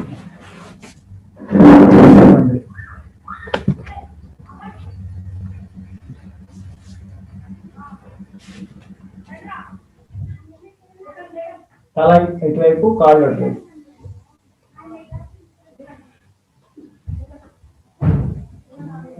శ్వాస వదులుతూ పై. Inhale, exhale. Inhale, exhale. So ఇందులోనే మళ్ళా మేరుదండాసనం. ఈ విధంగా తల ఒకవైపు, కాళ్ళు ఒకవైపు. ఇది మేరుదండాసనం ప్రాక్టీస్. ఓకే, ఇది బాగా పనిచేస్తుంది. అలాగే పవన్ ముక్తాసన, ఇలా ఉండడం. అలాగే పవన్ ముక్తాసన క్రియ కూడా బాగా పనిచేస్తుంది. ఇది ఈ ఆసనంలో ఉండి ఇలా తిప్పడం. Clock wise 3 times, anti clock wise 3 times. Inhale up, exhale down. Close. Inhale up, exhale down. Inhale up, exhale down. Inhale up, exhale. దీంట్లో ఇది చేస్తాం. ఇది పవన్ ముక్తాసన క్రియ లాగా చేసినప్పుడు చేస్తాం. అదే పవన్ ముక్తాసన చేసినప్పుడు తప్పకుండా ఇలాగే చేయాలి. ఇలా చేసి 30 seconds ఇట్లానే ఉంటారు నార్మల్ బ్రీతింగ్ తో. సో పవన్ ముక్తాసన మాత్రం తప్పకుండా ప్రాక్టీస్ చేయాల్సిన ఆసనం అన్నమాట. తర్వాత రిలాక్సేషన్. మీరు కంగారు చేసేయడం కాదు, ప్రతి ఆసనానికి మధ్యలో రిలాక్సేషన్ ఇచ్చి అబ్జర్వేషన్ చేయడం. Stimulation and relaxation. దీనివల్ల ఏంటి, మీకు యాంగ్జైటీ అనేది తగ్గుతుంది. యాంగ్జైటీ తగ్గితే ఐబిఎస్ తగ్గుతుంది. ఓకే, సో ఐబిఎస్ తగ్గితే యాంగ్జైటీ. సో ఈ రెండు చాలా ముఖ్యం అన్నమాట. మీకు యాంగ్జైటీ హ్యాండిల్ చేయడం చాలా ముఖ్యం. అందుకని మీకు దీంట్లో ఈ విషయం జాగ్రత్తగా చూసుకోవాలన్నమాట. అఫ్ కోర్స్ మీకు ఇందులో కొన్ని గ్యాస్ట్రిక్ ట్రబుల్ కూడా చాలా పనికొచ్చాయి. కాబట్టి ముఖ్యంగా దీంట్లో ఐబిఎస్ వచ్చేసరికి ఇది ముఖ్యమైనటువంటి విషయం గమనించాలి. ఇప్పుడు నెక్స్ట్ డాక్టర్ మురళి గారు. లెట్స్ వెల్కమ్ డాక్టర్ మురళి గారు.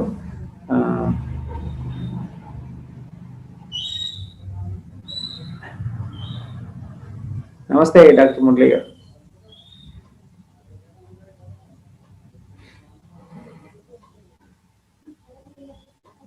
హలో, నమస్తే డాక్టర్ మురళి గారు, వినిపిస్తుందా?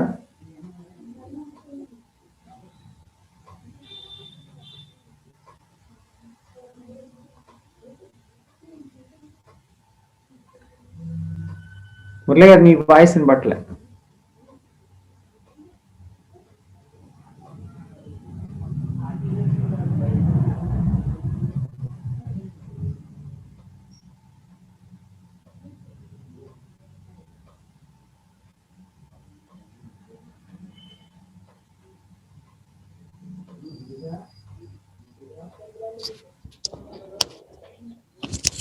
Okay, thank you, Dr. Murli Garu. Warm welcome to the session, and let us all welcome Dr. Murli Garu with a big clap wherever you are. Actually Murli Garu మీ అందరికీ తెలుసు. So he has been doing lot of wonderful service, and he is also helping in Manavata Helpline, voluntarily spending his time treating many patients, and a lot of many poor patients also is treated through Manavata Helpline. So he's our God. So great. So God for many. Thank you. So అలా అంటే మంచి ఆయుర్వేదంలో మంచి పట్టు ఉండి at the same time అంత సేవా తత్పరత ఉన్నటువంటి డాక్టర్స్ మనం చాలా తక్కువ చూస్తాం. అదే అటువంటి మహానుభావుల్లో మురళీకృష్ణ గారు ఓకే. కాబట్టి ఆయన మన ఫోరం లో మిత్రులుగా మనతో పాటు ఉండడం మన అదృష్టంగా భావించాలి. ఈరోజు మురళీకృష్ణ గారు యాక్చువల్గా గుంటూరు అపాయింట్మెంట్స్ తో చాలా బిజీ అయినా he is happy to spend some time and share his knowledge, experience to solve the problems of the people. It's really wonderful to have. Thanks Murali Krishna garu. Please go ahead. IBS ma'am ఇప్పటి వరకు just we gone through the complete holistic అంటే life style, తర్వాత diet, then we also discussed about the yogasanas, pranayama, meditation, ఇవన్నిటి గురించి overall గా ఇప్పటి వరకు మాట్లాడుకున్నామండి. So we did some of the sadhanas, so you can Ayurveda perspective లోను కొంచెం మీ ఇన్సైట్ కూడా ఇస్తే బాగుంటుంది. ఓకే ఓకే చూసారు. గుడ్ ఈవినింగ్ అండి. ఈరోజు మాట్లాడుతున్న టాపిక్ ఏంటంటే IBS. మీ అందరికీ తెలిసే ఉంటుంది IBS ఇరిటబుల్ బౌల్ సిండ్రోమ్. అందరికి వినిపిస్తుంది కదా?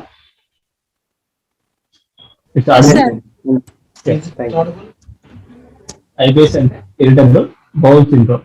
ఇరిటబుల్ బౌల్ సిండ్రోమ్ అంటే మనం తీసుకున్న ఆహారం ఆయుర్వేదంలో ఎలా ఉంటుందంటే, మనం తీసుకున్న ఆహారం నోటి ద్వారా తీసుకున్న తర్వాత యూసోఫేగస్ ద్వారా అంటే ఆహార నాళం ద్వారా జీర్ణాశయంలో వెళ్తుంది. జీర్ణాశయంలో వెళ్ళిన తర్వాత స్టమక్ లో కొంత టైం అనేది స్పెండ్ అవుతుంది అన్నమాట. ఒక 2 hours నుంచి 3 hours దాకా స్టమక్ లో జీర్ణం అవుతుంది. తీసుకున్న ఆహారం జీర్ణం అవుతుంది. తీసుకున్న ఆహారం జీర్ణం అయిన తర్వాత HCl ఇలాంటి పదార్థాలన్నింటినీ ఆయుర్వేదం అగ్ని అంటారు. ఈ అగ్నితోటి డైజెషన్ అయిపోయి పచించబడుతుంది. అంటే పూర్తిగా మనం తీసుకున్న సాలిడ్ కానీ లిక్విడ్ కానీ ఏదైనా కానీ ఆహారం అనేది పూర్తిగా జీర్ణం అయిపోయి ఒక మెత్తటి కన్సిస్టెన్సీకి వస్తుంది. ఆ కన్సిస్టెన్సీకి వచ్చిన తర్వాత స్టమక్ కిందే ఒక ట్యూబ్ లాగా ఉంటుంది, దాన్ని డియోడినం అంటారు. ఈ డియోడినాన్ని ఆయుర్వేదంలో గ్రహణి అంటారు. ఈ గ్రహణికి వచ్చే ప్రాబ్లమ్ ని IBS అంటారు. IBS అంటే irritable bowel syndrome. Modern concept ఏంటంటే ఈ పేగులు ఎక్కువ కదలిక వల్ల వచ్చే జబ్బుని డిసైడ్ చేస్తారన్నమాట. వీళ్ళకి ఏమవుతుందంటే సడన్ గా అబ్డోమిన్ స్టమక్ పెయిన్ వస్తుంది, తెలంగానే మోషన్ వస్తుంది, మోషన్ అవ్వగానే కొంచెం స్టమక్ పెయిన్ తగ్గుతుంది. ఇలాంటి ఎవరికైతే లక్షణాలు ఉంటాయో వాళ్ళు IBS కింద కన్సిడర్ చేస్తారు. IBS అంటే చాలా మందికి ఒక 50 మెంబర్స్ ఉంటే 50 మెంబర్స్ లో మేము ట్రీట్మెంట్ ఇస్తే ఒక 10 to 20 మెంబర్స్ కామన్ గా చూసే ప్రాబ్లం అనమాట IBS అంటే. IBS లక్షణాలు ఎలా ఉంటాయంటే, వీళ్ళు కొంచెం టెన్షన్ పడ్డారు అనుకోండి, టెన్షన్ పడగానే అబ్డోమిన్ లో గడబడ సౌండ్ వస్తుంది, రాగానే మోషన్కి వెళ్తారు. మోషన్ అనేది ఇన్కంప్లీట్ గా ఉంటుంది. ఇన్కంప్లీట్ గా ఉంది, మోషన్ కి వెళ్ళి వచ్చిన తర్వాత కూడా వాళ్ళకి కంప్లీట్ గా ఉండదు. అబ్డోమిన్ లో గురుగురా సౌండ్ వస్తుంది, తెలియకుండానే వాళ్ళకి మోషన్ అవుతుంది అన్నమాట. విత్ పెయిన్ నొప్పి వచ్చేసేసి మోషన్ అవుతుంది. కొంచెం మోషన్కి వెళ్ళి వచ్చిన తర్వాత నొప్పి తగ్గుతూ ఉంటుంది అన్నమాట. జీర్ణకోశంలో విపరీతమైన కదలికలు ఉంటాయి, పెద్ద పేగులో విపరీతమైన కదలికలు ఉంటాయి. కదలికలు ఉండడం వల్ల ఏమవుతుందంటే వాళ్ళకి విపరీతమైన అబ్డోమిన్ ఫ్లాట్యులెన్స్ అంటే గ్యాస్ తోటి అబ్డోమిన్ అనేది బాగా ఉబ్బరంగా వస్తుంది. వీళ్ళకి ముఖ్యంగా 2 లక్షణాలు కనిపిస్తాయి చాలా మందిలో. వీళ్ళకి ఏమవుతుందంటే అధిక డయేరియా అంటే తరచుగా మోషన్ కలగడం, ఒక 10 సార్లు నుంచి 15 సార్లు రోజు మొత్తం 10 నుంచి 15 సార్లు మోషన్ కలుగుతారు. లేదు అనుకోండి, అబ్డోమిన్ కడుపు అంతా ఉబ్బరంగా ఉంటుంది, ఆహారం అనేది తీసుకోబుద్ధిగా ఉంటుంది, తీసుకున్న ఆహారం జీర్ణం అవ్వదు, సరిగ్గా జీర్ణం అవ్వక ఆమె వస్తాయి అంటారు. టాక్సిన్స్ అనేది అబ్డోమిన్స్ లో పెరిగిపోతాయి. అబ్డోమిన్ లో పెరిగిన తర్వాత అది కోలాన్ మీద పెరిగిన తర్వాత సరిగ్గా డైజెషన్ దాని ఫుడ్ ఉంటుంది కాబట్టి అది ఫీకల్ మ్యాటర్ అనేది సరిగ్గా ఫామ్ కాదు కాబట్టి కాన్స్టిపేషన్ వస్తుంది. వాళ్ళకు ఉంటే కాన్స్టిపేషన్ లో ఉంటారు, ఎక్కువ మోషన్కి వెళ్ళడానికి ఇబ్బందిగా ఉంటుంది. లేదు అంటే డయారీలో ఉంటారు, ఎక్కువ లూజ్ అవుతూ ఉంటాయి. ఇలా ఫ్రీక్వెంట్ గా డయేరియా కాన్స్టిపేషన్ ఉండే వాళ్ళ లక్షణాన్ని IBS కింద కన్సిడర్ చేస్తారు. దీనికి నిజంగా సింటమాటిక్ ట్రీట్మెంటే అదర్ కంటెంపరీ మెడిసిన్ మోడర్న్ లో కానీ అదర్ మెడిసిన్స్ లో ఓన్లీ సింటమ్స్ తగ్గించడానికి మెడిసిన్ ఉంటుంది అంటే పూర్తిగా తగ్గించడానికి మెడిసిన్ లేదు. కానీ ఆయుర్వేదంలో దీని గురించి ఎలాబొరేట్గా చరక సంగీతంలో కానీ పుష్పకాంతాలు కానీ దీని గురించి ఎలాబొరేట్గా చెప్పారన్నమాట. దీనికి కంప్లీట్ గా క్యూర్ ఉంటుంది ఆయుర్వేదంలో.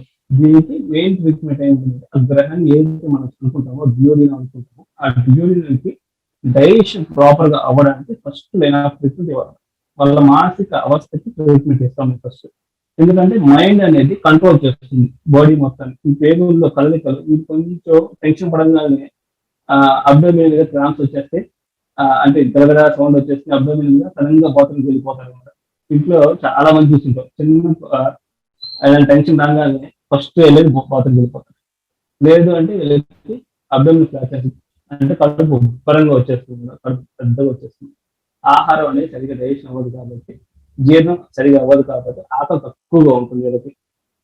కడుపు ఉబ్బరంగా ఉంటుంది, ఆకలి తక్కువగా ఉంటుంది, పేపులు వస్తుంటాయి, విపరీతమైన పేపులు వస్తుంటాయి పై నుంచి కానీ, లేదంటే అపాన వాయు కింద నుంచి కానీ విపరీతమైన పేపులు వస్తుంటాయి. కొంతమందికి సరిగా డైజెషన్ కాదు కాబట్టి పొల్లటి పేపులు కూడా వస్తుంటాయి అన్నమాట. ఇవన్నీ ఐబిఎస్ లక్షణాలు. ఇంకా ఐబిఎస్ ఎలా ఉంటుందంటే, వాళ్ళకి డైజెషన్ ప్రాపర్ అవ్వదు కాబట్టి, డైజెషన్ ప్రాపర్ మనం తీసుకున్న ఆహారం కూడా మోషన్ ద్వారా బయటకు వచ్చేస్తుంది. కొంతమంది పేషెంట్ నాకు ఏం చెప్తారంటే, సార్ నేను జాంకాయ తిన్నాను, జాంకాయ బయటకు వచ్చేసింది చెప్తారు. లేదు నేను సపోటాకాయ తిన్నాను, సపోటా గుజ్జు బయటకు వచ్చేసింది చెప్తారు. బెండకాయ తిన్నాను, బెండకాయ గింజలు కూడా మోషన్ ద్వారా బయటకు వచ్చేసింది చెప్తారు. ఇవన్నీ ఐబిఎస్ ఉంటుంది. వాళ్ళకి తీసుకున్న ఆహారం సరిగా డైజెషన్ కాదు కాబట్టి మాల్ అబ్జర్షన్ వస్తుంది. ఇమ్యూనిటీ అనేది వీళ్ళు చాలా తక్కువగా ఉంటుంది. మనం తీసుకున్న ఆహారంలో పూర్తిగా డైజెషన్ కాకుండా ఉంటుంది కాబట్టి మాల్ అబ్జర్షన్ సిండ్రోమ్ ఉంటారు.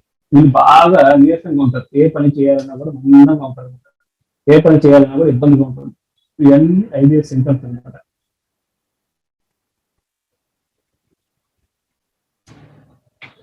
వీళ్ళు మోషన్ కి 2 సార్లు వెళ్తారు, 3 సార్లు వెళ్తారు, 4 సార్లు వెళ్తారు. వెళ్ళినప్పుడు చాలా డిస్కంఫర్ట్ గా ఉంటుంది అనమాట. మెయిన్ మా దగ్గర వచ్చే పేషెంట్ ని 3గా డివైడ్ చేస్తాం. వాళ్ళకి కాన్స్టిపేషన్ స్టేజ్ లో ఉన్నాడా పేషెంట్, అంటే మోషన్ సరిగా కాకుండా ఇబ్బంది పడుతున్నాడా, వాళ్ళకు ట్రీట్మెంట్ అనేది చేంజ్ అవుతుంది.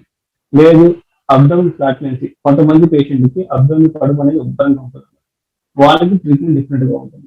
లేదు డయారియా పేషెంట్ ఉంటాడు, వాళ్ళు ఎప్పుడు మోషన్ వెళ్తూనే ఉంటారు అనమాట, ఆ పేషెంట్ ట్రీట్మెంట్ అనేది డిఫర్ అవుతుంది. దీనికి ఆయుర్వేదంలో కంప్లీట్ గా దీనికి ఖచ్చితంగా ట్రీట్మెంట్ ఉంటుంది. వీటికి కొంతమంది పేగుల కదలిక ఎక్కువగా ఉంటుంది కాబట్టి అబ్జర్వ్ అవ్వదు కాబట్టి బాడీలోకి ఎనిమిక్ అవుతారు అన్నమాట. ఎనిమిక్ అంటే రక్తహీనత ఏర్పడుతుంది.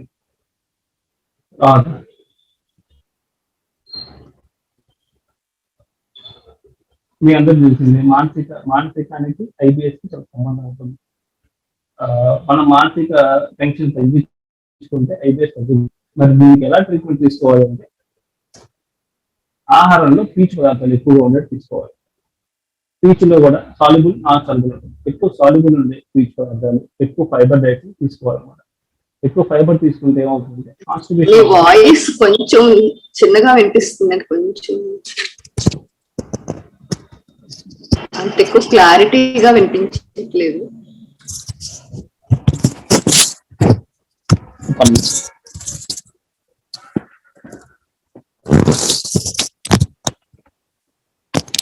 ఇప్పుడు వినిపిస్తుందా మీకు క్లారిటీగా? ఓకే కదా? ఇట్ ఇస్ గుడ్ అండి, బాగుంది. అదే వీళ్ళకి ఐబిఎస్ ఉన్న పేషెంట్లకి జనరల్ గా కనపడే సిమ్టమ్స్ ఏముంటాయి అంటే, అబ్డోమినల్ ఫ్లాట్యులెన్సీ ఉంటుంది, అంటే కడుపు ఉబ్బరంగా ఉంటుంది. డైజెషన్ అనేది సరిగా కాదు, వీళ్ళకి డైజెషన్ సరిగా కాదు కాబట్టి మాల్ అబ్జర్షన్ ఉంటారు. ఉంటే బాగా సన్నగా ఉంటారు, లేదంటే బాగా లావుగా ఉంటారు అనమాట. సన్నగా ఉండే పేషెంట్లో మాల్ అబ్జర్షన్ తక్కువగా ఉంటుంది కాబట్టి మనం తీసుకున్న ఆహారం పూర్తిగా డైజెషన్ కాదనమాట. మనం ఏ ఆహారం అయితే తీసుకుంటామో ఆ ఆహారాన్ని విసర్జిస్తారు. చాలా మంది నా పేషెంట్ చెప్పేది ఏంటంటే, సార్ మేము జాంకాయ తిన్నాము, జాంకాయ బయటకు వచ్చేసిందని చెబుతారు అనమాట. లేదంటే మేము బీన్స్ తిన్నాము, ఆ బీన్స్ గింజలు అలానే బయటకు వచ్చాయని చదువుతారు అనమాట. సో ఇవన్నీ ఐబిఎస్ లక్షణాలు. వీళ్ళకి మాల్ అబ్జర్ప్షన్ సిండ్రోమ్ అంటారు వీటిని. సరే, దీనికి మనం తీసుకున్న ఆహారము సరిగా డైజెషన్ కాదు కాబట్టి అగ్ని అని బాడీలో ఉంటుంది. ఆయుర్వేదంలో 13 రకాల అగ్ని చెప్తారనమాట. జఠరాగ్ని, పంచమహాభూతాగ్ని, సప్తధాతువాగ్ని. అంటే మన రస, రక్త, మాంస, మేధు, అస్థి, మజ్జ, శుక్ర అని 7 ధాతువులు ఉంటాయి ఆయుర్వేదిక్ లో. ఈ ఆయుర్వేదిక్ లో ఈ 7 ధాతువులకి మనం తీసుకున్న ఆహారం నుంచి జరిగే నూరిష్మెంట్ వస్తుంది. ఈ నూరిష్మెంట్ అనేది సరిగా ఫామ్ కాదు కాబట్టి బాడీలోకి అన్ని ఏవైతే రసధాతువు నుంచి శుక్రధాతువు దాకా ఉంటుందో, రసధాతువు నుంచి శుక్రధాతువు వరకు అగ్నికి ఏవైతే పోషణ ఇవ్వాలో, ఈ ఐబిఎస్ ఉన్న పేషెంట్లకి ఏంటంటే వాళ్ళకి సరిగ్గా ఫామ్ కాబోదు కాబట్టి వీళ్ళకి ఏమవుతుందంటే ఫ్యూచర్ లో ఇంకా అతరతర ప్రాబ్లమ్స్ వచ్చే అవకాశం ఉంటుంది. తీసుకున్న ఆహారం సరిగ్గా డైజెషన్ కాదు కాబట్టి కీళ్ళ నొప్పులు రావచ్చు. లేదు అంటే ఆహారం సరిగా తీసుకున్న ఆహారం జీర్ణం కాదు కాబట్టి దాంట్లో నుంచి టాక్సిన్స్, అంటే ఆమము అంటారు దాన్ని ఆయుర్వేదిక్ లో, ఆమం ఫామ్ అవుతుంది. వీళ్ళకి ఆమవాతం వచ్చే అవకాశాలు చాలా ఎక్కువగా ఉంటాయి. ఎనిమిక్ వచ్చే ఛాన్సెస్ ఎక్కువగా ఉంటాయి. దీన్ని ఆయుర్వేదంలో గ్రహణి రోగం అంటారు. వీళ్ళకి ట్రీట్మెంట్ ప్రొసీజర్ లో ఎలా ఉంటుందంటే, ట్రీట్మెంట్ లో కూడా 3 రకాలుగా డివైడ్ చేస్తాం అనమాట ఈ పేషెంట్ ని. మాకు వాతం, పిత్తం, కఫం అనే 3 రకాలు ఉంటాయి. ఈ 3 రకాల ప్రకారం పేషెంట్ డివైడ్ చేస్తాం. కఫం ఉన్న పేషెంట్కి ఎలా ఉంటారంటే అబ్డామినల్ ఫ్లాటులెన్సీ ఉంటాయి, అంటే కడుపు ఉబ్బరంగా ఉంటుంది అనమాట. వాళ్ళకి ఆహారం ఏది తీసుకోవాలన్నా కూడా కడుపు ఉబ్బరంగా ఉంటుంది, ఆహారం సరిగా తీసుకోలేకపోతారు. అగ్ని మాంద్యం ఉంటుంది, అంటే ఆ ఆహారంలో తీసుకున్నది డైజెషన్ కాదు అగ్ని మాంద్యం ఉన్నప్పుడు. లేదు అంటే కొంతమంది పేషెంట్కి ఎలా ఉంటుందంటే డయేరియా ఉంటుంది, ఎక్కువ సార్లు మోషన్కి వెళ్తారు, ఇన్కంప్లీట్ బబుల్స్ ఉంటాయి. ఇన్కంప్లీట్ అంటే 10 సార్లు వెళ్తారు, 15 సార్లు వెళ్తారు, కానీ మోషన్ అనేది సాటిస్ఫాక్షన్ మోషన్ ఉండదు. కొన్ని రోజులు అలా ఉంటుంది, ఇంకొన్ని రోజులు ఎలా ఉంటుంది అంటే కాన్స్టిపేషన్ ఉంటుంది, సివియర్ కాన్స్టిపేషన్ ఉంటుంది. అదే పేషెంట్ కి కాన్స్టిపేషన్ ఉంటుంది, డయేరియా ఉంటుంది. ఒక వారం రోజులు కాన్స్టిపేషన్ ఉంటే ఒక వారం రోజులు డయేరియా ఉంటుంది, ఇంకొక 10 రోజులు కాన్స్టిపేషన్ ఉంటే ఇంకొక వారం డయేరియా ఉంటుంది. ఎందుకు ఇలా ఉంటుంది అంటే వాళ్ళకి ఇరిటబుల్ బబుల్స్ అనేది ఇరిటబుల్ గా ఉంటాయి కాబట్టి ఇలాంటి లక్షణాలు ఉంటాయి. సో ఇలాంటి లక్షణాలు ఉన్న వాళ్ళకి ఆయుర్వేదంలో ఎలాంటి ట్రీట్మెంట్ చేయాలి అంటే, ఫస్ట్ వాళ్ళకి మీకు ఆల్రెడీ ఇందాక సార్ చెప్పే ఉంటారు మీకు, రోజు ప్రాణాయామం చేయడము, కొన్ని టెక్నిక్స్ ఫాలో అవ్వడము, ఏదైనా మానసిక ఆందోళన ఉన్నప్పుడు ఆందోళన తగ్గించుకోవడానికి ఖచ్చితంగా ప్రాణాయామం చేయాలన్నమాట. ఏదైనా మన కోపం కానీ ఆవేశం కానీ వచ్చిన వాళ్ళకి వీళ్ళకి ఎక్కువగా ఉంటుంది. సో అలాంటి రాకుండా ఉండాలంటే మన కోపము ఆవేశం తగ్గించుకోవాలి. తర్వాత మనకి అవాయిడ్ చేయాల్సింది ఏంటంటే స్పైసీ ఫుడ్స్ అవాయిడ్ చేయాలి. వీళ్ళకి ట్రిగర్ పాయింట్స్ అంటారు కొన్ని, దాంట్లో ట్రిగర్ పాయింట్స్ లో స్పైసీ ఫుడ్ ఎవరైతే ఎక్కువగా తీసుకుంటారో వాళ్ళకి ఐబిఎస్ లక్షణాలు ఎక్కువయ్యే అవకాశం ఎక్కువగా ఉంటుంది. కొవ్వున్న ఆహారం ఎక్కువగా తీసుకోవడం వల్ల ఐబిఎస్ పెరిగే అవకాశం ఉంటుంది అనమాట. మన ఆయిల్ ఫుడ్స్, విపరీతమైన ఫ్యాటీ ఫుడ్స్ ఇవి తీసుకోవడం వల్ల ఐబిఎస్ పెరిగే అవకాశం ఎక్కువగా ఉంటుంది. తర్వాత స్మోకింగ్ ఎవరైతే ఎక్కువ చేస్తారో స్మోకింగ్ చేసే వాళ్ళకి కూడా ఐబిఎస్ పెరిగే లక్షణాలు ఎక్కువగా ఉంటుంది. తర్వాత ఆల్కహాల్ ఎవరైతే కన్జ్యూమ్ చేస్తారో వాళ్ళకి ఐబిఎస్ లక్షణాలు చాలా ఎక్కువ కనిపిస్తుంటాయి. వీటన్నిటికన్నా ముఖ్యంగా మానసిక ఆందోళన, ఎవరైతే విపరీతమైన టెన్షన్ పడుతుంటారో, చిన్న చిన్న విషయాలకి రియాక్ట్ ఎక్కువగా అవుతుంటారో, చిన్న చిన్న వాడికి కోపం ఎక్కువగా వస్తుంది, అంటే పిత్త ప్రకృతిలో ఉన్న వాళ్ళకి. పిత్త ప్రకృతి ఎవరికి ఉంటుంది అంటే కొంచెం లీన్ గా ఉండి చిన్న చిన్న వాటికి ఆవేశం పడుతూ ప్రతి ఒక్కదానికి అలగడం, ఆవేశం ఎక్కువగా పడడం, కోపం ఎక్కువ తెచ్చుకోవడం, ఇలాంటి వాటిలో ఎక్కువ మంది పేషెంట్లు చూస్తుంటారు అనమాట. ఈ ఐబిఎస్ అమెరికా లాంటి డెవలప్మెంట్ కంట్రీలో ఎవ్రీ 3 members కి 1 member ఉంటుంది. అంటే ఇండియన్ డైట్ ఎంత ఎనర్సిటీ మీకు అర్థమవుతుంది. మన ఇండియాలో దీన్ని రేర్ గా చూస్తుంటాం, అంటే ఒక 100 members చూస్తే ఒక 10 members చూస్తాం. కానీ అమెరికా కానీ డెవలప్మెంట్ అయిన కంట్రీస్ లో ఎవ్రీ 3 members లో 1 member కి ఐబిఎస్ లక్షణాలు కనిపిస్తుంటాయి. సో వాళ్ళు ఎక్కువ స్ట్రెస్ లో ఉండడము, అంటే మన ఇండియన్ ఫుడ్ హ్యాబిట్ చాలా మంచిది అనమాట. మనం తీసుకునే ఆహారం షట్రసాత్మకం, అంటే మధుర, ఆమ్ల, లవణ, కటు, తిత్త, కషాయాలు, అంటే షట్రసాలు. ఈ 6 రసాలు ఉన్న ఆహారాన్ని మనం ఈక్వల్ గా బ్యాలెన్సింగ్ గా తీసుకుంటాం. కాబట్టి మనకి కొంచెం ఈ ఐబిఎస్ లక్షణాలు కనిపించడం చాలా తక్కువగా ఉంటాయి. లేదు ఎవరైతే ఎక్కువ స్పైసీ ఫుడ్స్, ఎక్కువ మసాలా ఫుడ్స్ తీసుకుంటారో, లేదు అంటే పిజ్జాలు, బర్గర్లు ఇలాంటివి ఎక్కువ ఎవరైతే కన్జ్యూమ్ చేస్తారో, లేదంటే కూల్ డ్రింక్స్ ఎక్కువగా తీసుకుంటారో వాళ్ళకి ఏమవుతుందంటే డైజెషన్ సరిగా కాదనమాట.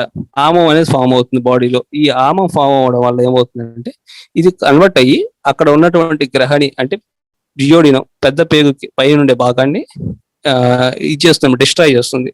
ఇబ్బంది పెట్టడం వల్ల ఈ గ్రహణి రోగం అనేది ఫామ్ అవుతుంది. గ్రహణి రోగంలో మేము ఇచ్చే ప్రిస్క్రిప్షన్ ఎలా ఉంటుందంటే, ఫస్ట్ వాళ్ళకి మానసిక ఇబ్బంది తగ్గించడానికి మెడిసిన్ స్టార్ట్ చేస్తాం. రెండోది ఏంటంటే దాంట్లో ముఖ్యంగా బ్రాహ్మీ చూర్ణం అంటారు, సరస్వతి చూర్ణం కానీ, బ్రాహ్మీ చూర్ణం కానీ, బ్రాహ్మీ వట్టి కానీ, ఇలాంటి డ్రగ్స్ తోటి తయారు చేసిన మెడిసిన్స్ ఉంటాయి. ఈ మెడిసిన్స్ ని వాళ్ళకి ఫస్ట్ ప్రిస్క్రైబ్ చేస్తాం. పంచకర్మ పద్ధతిలో ఏం చేస్తామంటే వాళ్ళకి విరోచనం అని చెప్పి ఉంటుంది అన్నమాట. బాడీలో ఉన్నటువంటి టాక్సిన్స్ మొత్తం తీసే ప్రక్రియ ఉంటుంది. ఆ విరోచన ప్రక్రియ ఇస్తాం. ఇంకా పేషెంట్లకి, చాలా మంది పేషెంట్లకి వీళ్ళకి తక్రం అంటే బటర్ మిల్క్ అమృతంతో సమానం. ఎవరైతే తక్రం అంటే బటర్ మిల్క్ ఎక్కువగా తీసుకుంటారో ఈ ఐబిఎస్ ఏ మెడిసిన్ వాడకుండానే తగ్గుతుంది అనమాట. రోజు బటర్ మిల్క్ రోజు కనీసం 1 లీటర్ అయినా తీసుకుంటే ఐబిఎస్ అనేది ప్రాబ్లమాటిక్ గా ఉండదు అనమాట. తర్వాత ఆయుర్వేదిక్ లో గంగాధర చూర్ణం అని ఉంటుంది. ఆ గంగాధర చూర్ణాన్ని ఒక 2 స్పూన్ ఉదయం సాయంత్రము బటర్ మిల్క్ లో కలిపి తీసుకొని అడ్వైజ్ చేస్తుంటాం. లేదు అంటే ఇంగువాష్టక చూర్ణం అంటాం. ఇంగు అంటే మన ఇంగుతో తయారు చేస్తారు ఒక మెడిసిన్ ని, ఇంకా డిఫరెంట్ మెడిసిన్స్ ఉంటుంది దాంట్లో. ఆ ఇంగువాష్టక చూర్ణాన్ని ఒక టీ స్పూన్ ఫస్ట్ అన్నం తినే ముద్దలో పెట్టుకొని తినాలన్నమాట.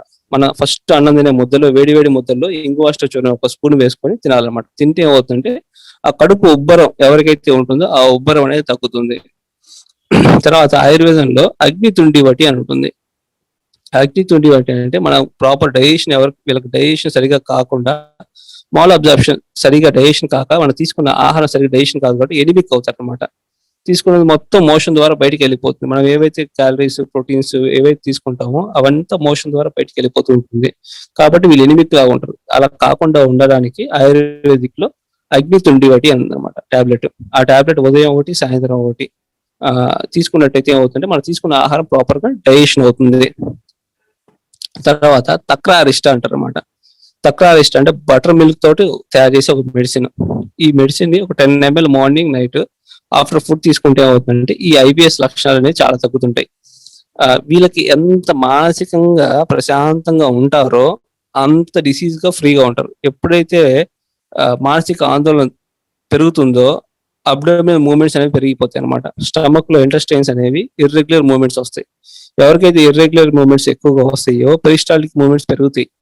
అంటే మోషన్ వచ్చేదానికి ప్రేరేపించే గుణాలు పెరుగుతాయి. పెరగడం వల్ల సడన్ గా కడుపులో నొప్పి రావడము, సడన్ గా బాత్రూమ్కి వెళ్ళాలనిపిస్తుంటుంది. ఇప్పుడే బాత్రూమ్కి వెళ్ళి వస్తారు, మళ్ళీ ఒక హాఫ్ అన్ అవర్ 1 అవర్ కు సడన్ గా అబ్డోమిన్ పెయిన్ వస్తుంది. మోషన్కి వెళ్తే కానీ తగ్గదు అనమాట. ఇలాంటి సింటమ్స్ చాలా కనిపిస్తుంటాయి. ఇంకా గుండె దడదడగా అనిపిస్తుంటది అనమాట. పాల్పిటేషన్స్ ఎక్కువగా ఉంటాయి. గుండె దడదడగా ఉంటే పాల్పిటేషన్స్ అంటారు వాటిని. వీళ్ళకి ఎక్కువ రోజులు ఇలా పెట్టుకుంటే నడుము నొప్పి వచ్చే అవకాశం ఎక్కువ ఉంటుంది. ఐబిఎస్ పేషెంట్స్ కి నడుము నొప్పి వచ్చే అవకాశం ఎక్కువగా ఉంటుంది. ఇది ఐబిఎస్ అంటే పేగులకు వచ్చే రుగ్మత కాబట్టి చాలా మంది పేషెంట్లు నా దగ్గరికి వచ్చిన అడిగితే ఏంటంటే, సరే ఇది క్యాన్సర్ గా ఫామ్ అవుతుంది అని అడుగుతారు. క్యాన్సర్ కానీ లేదంటే ఇంకేదో పెద్ద డిసీజ్ గా ఏమైనా మారుతుందని అడుగుతుంటారు. ఇది మాత్రం క్యాన్సర్ కానీ ఎలాంటి ప్రాబ్లం అయితే రాదు. ఇది పేగులకు వచ్చే ఒక రుగ్మత, గ్రహణి రోగానికి వచ్చే రుగ్మత కాబట్టి ఇది క్యాన్సర్ కానీ లేదంటే ఇంకా అదర్ ప్రాబ్లమ్స్ కానీ రాదు. కాకపోతే అంటే ఆయుర్వేదిక్ లో అన్ని రోగాలకి మూల కారణం ఏంటంటే అగ్ని తక్కువగా ఉండడం, అంటే ఆకలి తక్కువగా ఉండడమే మెయిన్ డిసీజ్ కి ఫార్మేషన్ అనమాట. సో గ్రహణి అనేది ఫస్ట్ అగ్నికి వచ్చే జబ్బు కాబట్టి, అంటే అగ్ని అంటే గ్రహణి అంటే మనం తీసుకునే ఆహారం సరిగ్గా డైజెషన్ కాక, ఆమె పచించక అక్కడ టాక్సిన్స్ అన్ని పెరిగిపోతాయి కాబట్టి అబ్డామిన్ లోకి వచ్చే జబ్బు కాబట్టి ఫస్ట్ దీనికి ట్రీట్మెంట్ అనేది ఫస్ట్ మేము ఇచ్చే ప్రతి ఒక్క మెడిసిన్స్ లో కూడా ఫస్ట్ ఆమపాచనానికి ఇస్తాం అనమాట. ఆమపాచనానికి జనరల్ గా వాడే ఏంటంటే శొంఠి పౌడర్. మన శొంఠి చూర్ణం అంటారు కదండి, అల్లం ఎండబెట్టిన తర్వాత పౌడర్ లాగా చేసుకుంటే దాన్ని శొంఠి చూర్ణం అంటారు. ఆ శొంఠి చూర్ణాన్ని బటర్ మిల్క్ లో కలిపి ఇవ్వడం కానీ లేదంటే ఒక హనీలో కొంచెం కలిపి ఇవ్వడం కానీ చేయాలన్నమాట. ఎవరైతే కొంచెం తట్టుకోవడం కష్టంగా ఉంటుందో వాళ్ళకి వెన్నపూసతో కలిపి ఇవ్వచ్చు. ఉదయాన్నే వెన్నపూస కొంచెం ఒక టీ స్పూన్ వెన్నపూసలో శొంఠి చూర్ణం కలిపి ఇవ్వచ్చు. ఎవరైతే కడుపులో మంట ఎవరైతే అనిపిస్తుందో శొంఠి తీసుకునే వాళ్ళకి. పిప్పలి చూర్ణం, వర్ధమాన పిప్పలి యోగం అంటారు అనమాట. పిప్పలి మీ అందరికి తెలిసి ఉన్న పైపర్ లాగానే పెప్పర్ ని చిన్నగా మిక్సీ వేస్తే ఫైన్ పౌడర్ వస్తుంది. ఆ ఫైన్ పౌడర్ ని ఇంక్రీజింగ్ ఆర్డర్లో ఇవ్వాలి. ఒక 7 days ఒక స్పూన్ తో స్టార్ట్ చేసి 7 రోజుల దాకా పెంచుకుంటూ వెళ్ళాలన్నమాట. తర్వాత 7 రోజులు మళ్ళీ తగ్గించుకుంటూ రావాలి. అలా ఇవ్వడం వల్ల ఐబిఎస్ పూర్తిగా తగ్గుతుంది. తక్రారిష్ట అంటే బటర్ మిల్క్ తో తయారు చేసినటువంటి ఒక ప్రిపరేషన్, కాంపౌండ్ ప్రిపరేషన్. దాని 10 ml మార్నింగ్ 10 ml నైట్ తీసుకుంటే తగ్గుతుంది. తర్వాత ఎవరికైతే మోషన్స్ ఎక్కువ సార్లు అవుతాయో గంగాధర చూర్ణం అని ఉంటుంది. ఆ చూర్ణాన్ని 1 స్పూన్ ఉదయం 1 స్పూన్ సాయంత్రం తీసుకున్నా తగ్గుతుంది. ఆకలి ఎవరికైతే తక్కువగా ఉండి కడుపు ఉబ్బరంగా ఉంటుందో వాళ్ళకి అగ్నితుండి వటి అనే టాబ్లెట్ ఉంటుంది. లేదంటే చిత్రకాది వటి కానీ అగ్నితుండి వటి కానీ ఇవి. ఎవరికైతే వామిటింగ్ సెన్సేషన్ ఎక్కువగా ఉంటుందో, పిత్తం ఎక్కువ అయిపోతుందో మాదీఫల్ రసాయనం అని ఉంటుంది. దీన్ని 10 ml మార్నింగ్ నైట్ తీసుకుంటే ఆ కడుపు ఉబ్బరము, వామిటింగ్ వచ్చిన సెన్సేషన్, మోషన్ కి వచ్చిన సెన్సేషన్స్ ఇవి తగ్గుతాయి. వీటన్నిటితో పాటు బ్రాహ్మి వటి కానివ్వండి లేదంటే సరస్వతి చూర్ణం కానీ ఈ 2 తీసుకున్నట్టయితే ఖచ్చితంగా ఐబిఎస్ అనేది పూర్తిగా తగ్గుతుంది. ఇంకా అదర్ మెడికేషన్స్ లో, మోడర్న్ మెడికేషన్స్ లో ఎలా ఉంటుందంటే ఈ సిమ్టమాటిక్ రిలీఫ్ మాత్రమే ఉంటాయి. అంటే సిమ్టమ్స్ అంటే వాళ్ళకి అబ్డోమిన్ గడబడ సౌండ్స్ వస్తున్నాయి, ఆ సౌండ్ తగ్గించడానికి, లేదా కదలికలు తగ్గించడానికి, మోషన్స్ ఎక్కువ సార్లు అవుతుంటే మోషన్ ఆపడానికి, లేదు కాన్స్టిబేషన్ అంటే కాన్స్టిబేషన్ రిలీవ్ చేయడానికి ఇట్లా సిమ్టమాటిక్ ట్రీట్మెంట్ ఉంటుంది తప్పితే డిసీజ్ ట్రీట్మెంట్ ఉండదు అనమాట. ఓన్లీ ఆయుర్వేదిక్ లోనే దీనికి డైజెస్ట్ ఇంప్రూవ్ చేయడము, మానసిక ప్రశాంతత కల్పించే మెడిసిన్స్ వాడడం వల్ల ఏమవుతుందంటే పూర్తిగా డిసీజ్ అనేది తగ్గిపోతుంది. ఇంకా మీకు ఎవరికైనా డౌట్స్ ఉంటే అడగండి, నేను చెప్తాను.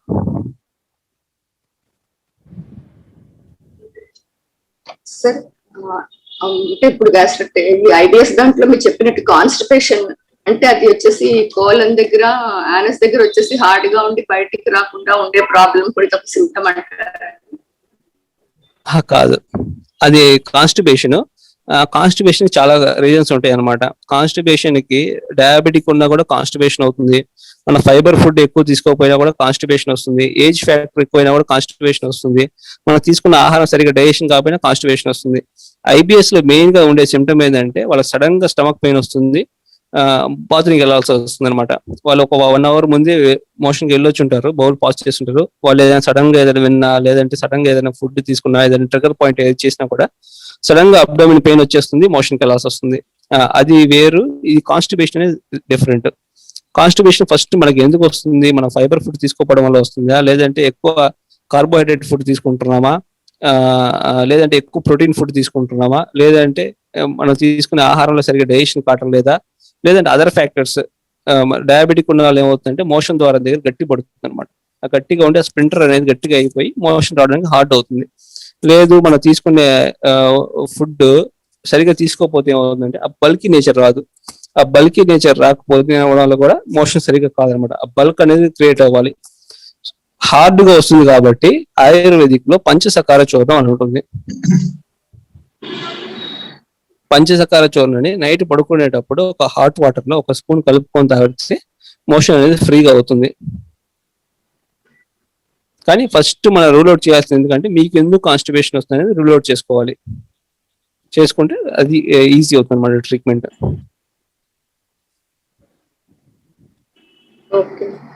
ఇంకొకటి ఏంటంటే డౌట్, మామూలు అప్పుడు ఎక్కడ ఫ్లాట్ రూమ్స్ కానీ ఏవి గ్యాస్ కూడా ఉండదు, మూమెంట్ గ్లాస్ వేస్తున్నప్పుడే టేబుల్ లాగా బయటికి గ్యాస్ స్ట్రైట్ గా కింద నుంచి పైకి వస్తూ ఉంటుంది. దాన్ని దేనికి రిలేట్ చేస్తాం?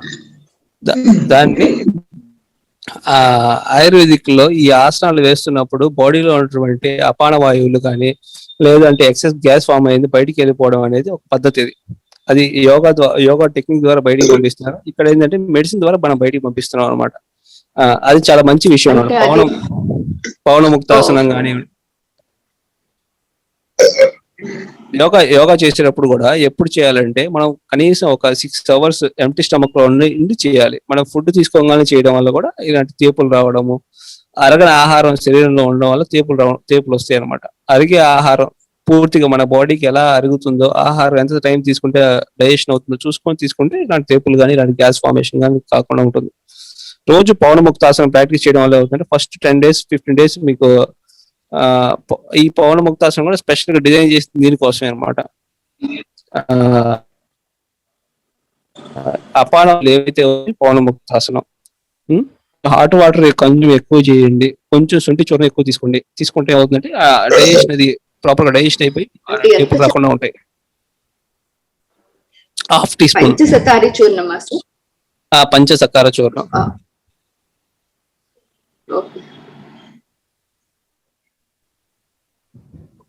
ఎక్స్క్యూజ్ మీ, ఇంకో డౌట్. బటర్ మీకు ఎక్కువ తీసుకోవచ్చు అని చెప్పారు కదా, ఏంటి మేడం? ఇంకొకసారి చెప్పరా, రిపీట్ చేయరు. బటర్ మీకు ఎక్కువ తీసుకున్నప్పుడు థ్రోట్ లో ఫుడ్ గోపాలకృష్ణ గారు మీరు మ్యూట్ చేసుకోరా? గోపాలకృష్ణ కంటిపుడి మీది మ్యూట్. బటర్ మిల్క్ తీసుకోవచ్చు అని చెప్పారు కదండి. బటర్ మిల్క్ తీసుకోవడం వల్ల థ్రోట్ లో కొంచెం ఒక డ్రైనెస్, ఒక ఇరిటేషన్ అది సిమ్టమ్ అండి. బటర్ మిల్క్ ని కొంచెం బాగా పల్చగా చేసుకొని తీసుకుంటే, వెన్న తీసేసిన తర్వాత అట్లా తీసుకుంటే ఆ ప్రాబ్లం ఉండదు మేడం. మరి కొంచెం చిక్కగా ఉంటే ఏమవుతుందంటే కొంతమంది పేషెంట్లకి ఆ థ్రోట్ దగ్గర ఇరిటేషన్ వస్తుంది. పూర్తిగా వెన్న తీసేసి కొంచెం పల్చగా చేసుకొని కొంచెం శొంఠి, జీలకర్ర, ధనియాలు ఇలాంటివి కలుపుకొని తీసుకున్న వల్ల ఏమవుతుందంటే ఆ ప్రాబ్లం అనేది పోతుంది. అంటే జనరల్ గా బటర్ మిల్క్ అంటే ఈ మధ్య అందరూ జస్ట్ పెరుగుని తొలిపి తాగడం అనేటువంటిది అలవాటు కాదు చేసుకుని కాదు కాదు. బటర్ మిల్క్ అంటే కనీసం ఆయుర్వేదం చెబుతుంది ఏంటంటే కనీసం ఒక 30 నుంచి 35 మినిట్స్ వరకు దాన్ని పూర్తిగా చిలకాలి. చిలికిన తర్వాత పైన వచ్చినటువంటి వెన్నని తీసేసిన తర్వాత వచ్చేదాన్ని బటర్ మిల్క్ అంటారు. ఆ చర్నింగ్ ప్రాసెస్ లోనే ఉందన్నమాట మొత్తం మిక్సింగ్ అనేది. లేదు ఊరిని పెరుగు అట్ట కలిపి తీసుకుంటే అది బటర్ మిల్క్ కాదు. అదే అది యాక్చువల్లీ చాలా మంది పొరపాటు పడేది ఈ మధ్య, అది చాలా మంది క్లారిఫై చేయాల్సి వస్తుందండి. అంటే ఇప్పుడు అందరూ కూడా చిలకడం అనేటువంటిది మానేశారు. చెప్పాలంటే బటర్ మిల్క్ చిలికి ఆ ప్రాసెస్ చాలా మంది మానేశారు. అందువల్ల అది కూడా మిక్సీలోనే తిప్పేస్తున్నారండి. ఆ చిల్లకడ మర్చిపోయారు కాబట్టి ఇప్పుడు నడుము నొప్పులు వస్తున్నాయి. ఒకప్పుడు ఆ కవ్వం పెట్టి చిలికితే నడుము నొప్పులు వచ్చేవి కాదు, ఇలాంటి ఫ్యాట్ అనేది అక్యుములేట్ అయ్యేది కాదు అబ్డోమిన్ దగ్గర. ఇప్పుడు ఆ చిలకడ మానేశారు కాబట్టి ఫ్యాట్ దగ్గర అబ్డోమిన్ దగ్గర వచ్చేసి ఇది చేయాల్సి వస్తుంది. నిలబడే కవ్వం పెద్దది ఎలా తిప్పేవాళ్ళం అప్పుడు యోగా. అదే మాకు పొద్దున్నే లేచి ఇలా తిప్పేవాళ్ళం అనమాట. యాక్చువల్ గా సూర్యోదయం ముందు టైంలో చేసినటువంటి వెన్న, చిలికిన వెన్న అది ఉత్తమమైందంట యాక్చువల్ గా. అదే యాక్చువల్ గా మెడిసిన్ పనికొస్తుంది. మనం ఏం చేస్తున్నాం ఇప్పుడు, ఎప్పుడు చిలుకుతున్నామో తెలియదు. సో కాబట్టి ఆ వెన్న, ఆ నెయ్యి యాక్చువల్ గా మెడిసినల్ వాల్యూస్ లేవు. అది కాదు, నెయ్యి కాదు, వెన్న కాదు అన్నని చెప్పాలి. అందుకనే సార్ ఆయుర్వేదంలో చాలా చాలా వాటికి వెన్నపూసతో కానీ బటర్ మిల్క్ తో కానీ అనుమానాలు ఎక్కువ ఉంటాయి అనమాట. తేనె, బటర్ మిల్క్, వెన్నపూస వీటితో అనుమానాలు ఎక్కువ ఉంటాయి. కానీ ఇప్పుడు వచ్చినటువంటి వెన్నపూస వీళ్ళు ఏం చేస్తున్నారు, వెన్నపూస తీసుకుంటే అమూల్ బటర్ తెచ్చుకోవడం, లేదంటే ఈ మార్కెట్ లో దొరికి తెచ్చుకుంటున్నారు. అవి కాదు, మన ఇంట్లో మనం ప్రిపేర్ చేసుకొని తీసుకునేది అయితే అనుపానాలు చాలా బాగుంటాయి. అలా ప్రిఫర్ చేయండి. అన్నిట్లో కన్నా ఆవుది చాలా శ్రేష్టమైంది, కానీ మనకు దొరికితే చాలా బాగుంటుంది అనమాట. ఆవు పాలతోటి ఏవి చేసినా కూడా అమృతంతో సమానం అనమాట. అవి కాకుండా కొంచెం గేదె అయితే సెకండరీ. మీరు వీలున్నంత వరకు ఆవుతోటి వచ్చి ట్రై చేయండి. ఆవుకు కొంచెం ఉష్ణవీర్యం ఉంటుంది అనమాట. కొంచెం ఆమాన్ని పాచనం చేసే గుణం ఉంటుంది. మనం తీసుకున్న ఆహారాన్ని పచ్చింప చేసే క్వాలిటీ ఎక్కువగా ఉంటుంది ఆవుతోటి. సో మనం ఈ IBS ఉన్న వాళ్ళకి ఎక్కువగా ఆవు గాని మేక గాని శ్రేష్టంగా ఉంటుందని చెప్తారు ఆయుర్వేదిక్ లో. ఆవు పాలు కానీ మేక పాలు కానీ తీసుకుంటే చాలా మంచిదండి.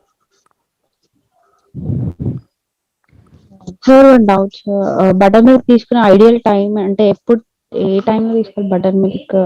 బటర్ మిల్క్ యాక్చువల్ గా ఒక చిన్న స్టోరీ ఉంది బటర్ మిల్క్ మీద, మీకు చెప్తాను చూడండి. దేవతలు రాక్షసులు ఇద్దరు కొట్టుకున్న తర్వాత అమృతం వచ్చిందని తెలుసు కదా మీకు. దేవతలు కొంచెం మీ ఇంట్లో ఎవరైనా నమ్మమంటే అడగని చెప్తారు. రాక్షసులు దేవతలు ఇద్దరు కొట్టుకుంటారు అనమాట. అప్పుడు విష్ణుమూర్తి మోహిని అవతారంలో వస్తాడు. మోహిని అవతారంలో వచ్చేసి అందరికి అమృతాన్ని ఇస్తాడు అన్నమాట. దేవతలు మొత్తానికి అమృతాన్ని ఇస్తాడు. అమృతాన్ని ఇచ్చిన తర్వాత దేవతలు తాగుతూ ఉంటారు. మధ్యలో రాహు, కేతు ఇద్దరు వస్తారు, వాళ్ళకి హెడ్ కట్ చేస్తారు అనమాట. వీళ్ళందరికి అయిపోయిన తర్వాత మానవులు అడుగుతారు అనమాట. మానవులు, మీ దేవతలు అందరూ అమృతాన్ని తీసుకున్నారు, మీ దేవతలకి ఆయుష్ బాగుంది, మా పరిస్థితి ఏందని చెప్పి మానవులు అడుగుతారు. అప్పుడు విష్ణుమూర్తి ఏం చెబుతారంటే, మీ అందరికి ఒకటి ఇస్తున్నా అని చెప్పి ఇచ్చేది ఏంటంటే బటర్ మిల్క్ ఇస్తాడు అనమాట. ఇది రోజు ఎవరైతే ఎక్కువ తీసుకుంటారో వాళ్ళకి ఎలాంటి డిసీజ్ రావని చెబుతారు అనమాట. మనకి అమృతంతో సమానం బటర్ మిల్క్. ఇది పెద్ద స్టోరీ ఉంటుంది అనమాట. ఆయుర్వేదిక్ లో ఒక లిటరేచర్ లో ఒక 10 pages ఉంటుంది అనమాట బటర్ మిల్క్ గురించి. దాంట్లో ఈ స్టోరీ కవర్ అవుతుంది. సో మనకి ఏంటంటే అమృతం ఏంటంటే బటర్ మిల్క్. ఇప్పుడు బటర్ మిల్క్ ఏంటంటే మన ఇంట్లో చేసుకున్నది అయితే చాలా బెస్ట్. బటర్ మిల్క్ అమృతం ఎప్పుడైనా తీసుకోవచ్చు. ఎవరైతే కొంచెం కఫ ప్రకృతి అంటే కొంచెం లావుగా ఉండేవాళ్ళు, ఒబేసిటీ ఉండేవాళ్ళు, వాళ్ళు మాత్రం నైట్ టైం అవాయిడ్ చేయమని చెబుతాము. లేదంటే మామూలుగా ఎవరైతే లీన్ గా ఉంటారో, కొంచెం తిన్నుగా ఉంటారో వాళ్ళు ఎప్పుడైనా తీసుకోవచ్చు. దానికి ఏం టైమింగ్స్ లేవు, క్వాంటిటీ ఎంత తీసుకోవచ్చు. సైనస్ ప్రాబ్లమ్స్ ఉన్న వాళ్ళు కూడా తీసుకోకూడదు కదా sir evening time? Evening time sinusitis, అదే కఫం అంటే సైనస్ అనమాట. ఆ కఫంతో ఉన్న వాళ్ళు ఎవరైతే ఉంటారో వాళ్ళు తీసుకోకూడదు. జలుబు ఎక్కువగా చేసేవాళ్ళు, తుమ్ములు ఎక్కువగా వచ్చే వాళ్ళకి, ఉదయం నిద్రలో టెస్ట్ వచ్చే వాళ్ళకి నైట్ టైం అవాయిడ్ చేయాలి. మార్నింగ్ టైం అయితే ఓకే, మార్నింగ్ ఆఫ్టర్నూన్ అయితే okay. Okay, thank you. Okay sir, thank you sir. అదే చాలా మంది అపాన్ వాయువులు ఎక్కువ రిలీజ్ అవుతూ ఉంటాయి కదా సార్. వాళ్ళు అదే కందిపప్పు ఇలాంటివి తినకపోయినా కూడా ఎక్కువ అపాన్ వాయువులు రిలీజ్ అవుతాయి కదా సార్. అది ఏ తత్వం సార్? అలా ఎందుకు జరుగుతుంది? అది అపాన వాయువు అనేది మనం తీసుకునే ఆహారం పిత్తంలోకి వాతం ఇన్వాల్వ్మెంట్ వస్తే అట్లా వస్తుంది అనమాట. బయటికి వాతం అంటే గ్యాస్, ఆ గ్యాస్ అనేది మనం బయటికి పంపిస్తున్నాం. మన పిత్తం అంటే డైజెషన్, అగ్ని అంటే మనం తీసుకున్న ఆహారాన్ని పచ్చింపజేసేది అగ్ని. ఆ అగ్ని సరిగా పనిచేయకపోయిన వల్ల ఏమవుతుందంటే పిత్త ప్రకోపం అవుతుంది. పిత్త ప్రకోపం అయినప్పుడు దాంతో పాటు వాతం ఎవరికైతే ఇన్వాల్వ్మెంట్ వస్తుందో ఆ వాతం వల్ల అబ్డోమినల్ ఫ్రాక్చర్స్ అంటే కడుపు ఉబ్బరంగా రావడం, ఆ గ్యాస్ ఫామ్ అవడం, గ్యాస్ బయటకు పోవడం జరుగుతుంది. వీళ్ళకి ఏం చేయాలంటే డైజెషన్ ప్రాపర్ గా అయ్యేటట్టు మెడిసిన్స్ ఇవ్వాలన్నమాట. లేదంటే ఆసనాల ద్వారా ఇంప్రూవ్మెంట్ చేసుకోవడం, లివర్ స్టిమ్యులేట్ చేసుకోవడం, ప్యాంక్రియాస్ స్టిమ్యులేట్ చేసుకోవడం, ప్రాపర్ గా హెచ్సిఎల్ సెక్రెట్ చేసేటట్టు చేయడము. ఆ డైజెషన్ ఏదైతే ఇన్కంప్లీట్ గా ఉంటుందో ఆ డైజెషన్ ప్రాసెస్ చేసుకోవడం చేస్తే సరిపోతుంది. ఆయుర్వేదిక్ లో దాడిమాస్టిక్ చూడడం అని ఉంటుంది అనమాట వీళ్ళ కోసం. దాడిమ అంటే మనకి దానిమ్మకాయ పైన తొక్కల నుంచి తయారు చేస్తారు అనమాట ఆ చూర్ణని. అది ఒక స్పూన్ కలిపి తీసుకుంటే డైజెషన్ అనేది ప్రాపర్ గా అవుతుంది.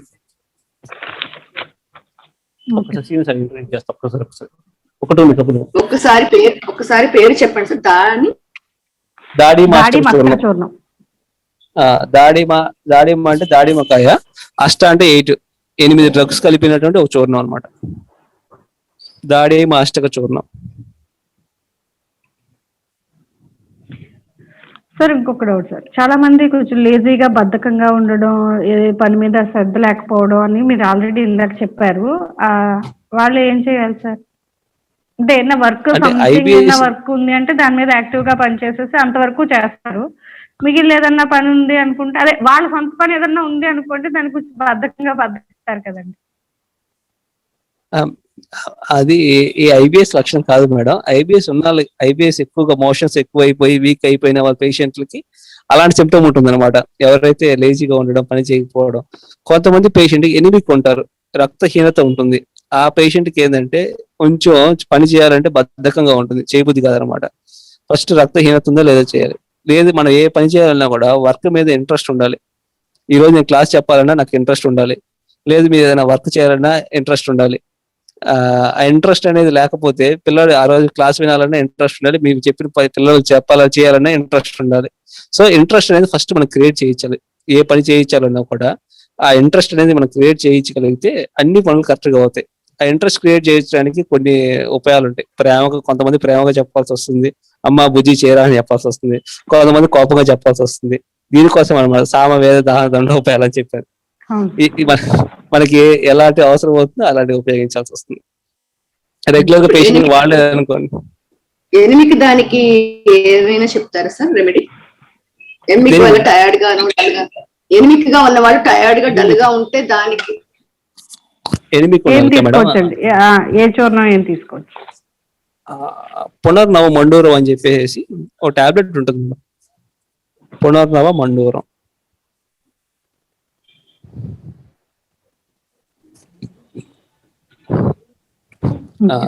లేదు అంటే మార్కెట్ లో 4 బ్లడ్ అని సిరప్ ఉంటుంది, అదే తీసుకోవచ్చు. 4 బ్లడ్ ఒక 1 వీక్ చాలా బాగుంటుంది సార్. పునర్నవాన్ని కొంచెం త్రిఫలాల్ మిక్స్ చేసి తీసుకోవాలి సార్. త్రిఫలాల్ తోటి కలుపుకొని పునర్నవ ఆకు రసాన్ని త్రిఫలా చూర్ణంలో కలిపి తీసుకున్నా కూడా ఐరన్ ఇంప్లిమెంట్ వస్తుంది. త్రిఫలా చూర్ణం కూడా చాలా ఆరోగ్య సమస్యలకి బాగా ఉపయోగపడుతుంది కదా? చాలా మేడం, చాలా మేడం. దాన్ని అసలు ఎలా యూజ్ చేయాలి సార్? దాన్ని రాత్రిపూట హాట్ వాటర్ లో బాయిల్ చేసుకొని ఆ ఉదయం పూట ఏవైతే కషాయ డికాషన్ వస్తుందో ఎర్లీ మార్నింగ్ లో తీసుకోవాలి. అది రాత్రి మరిగించి ఉదయం తీసుకోవాలండి? ఉదయం తీసుకోవాలి, ఎర్లీ మార్నింగ్ లో తీసుకోవాలి 4 to 5 కి. అది వాటర్ తాగిన తర్వాత తీసుకోవచ్చండి? ఎప్పుడు మేడం? మార్నింగ్ తీసుకోవాలన్నారు కదా అది చూర్ణం. మార్నింగ్ ఉదయం వాటర్ తాగిన తర్వాత తాగక ముందా సార్? కాదు, తాగక ముందు 4 o'clock అలా తీసుకోవాలి. ఓకేనండి.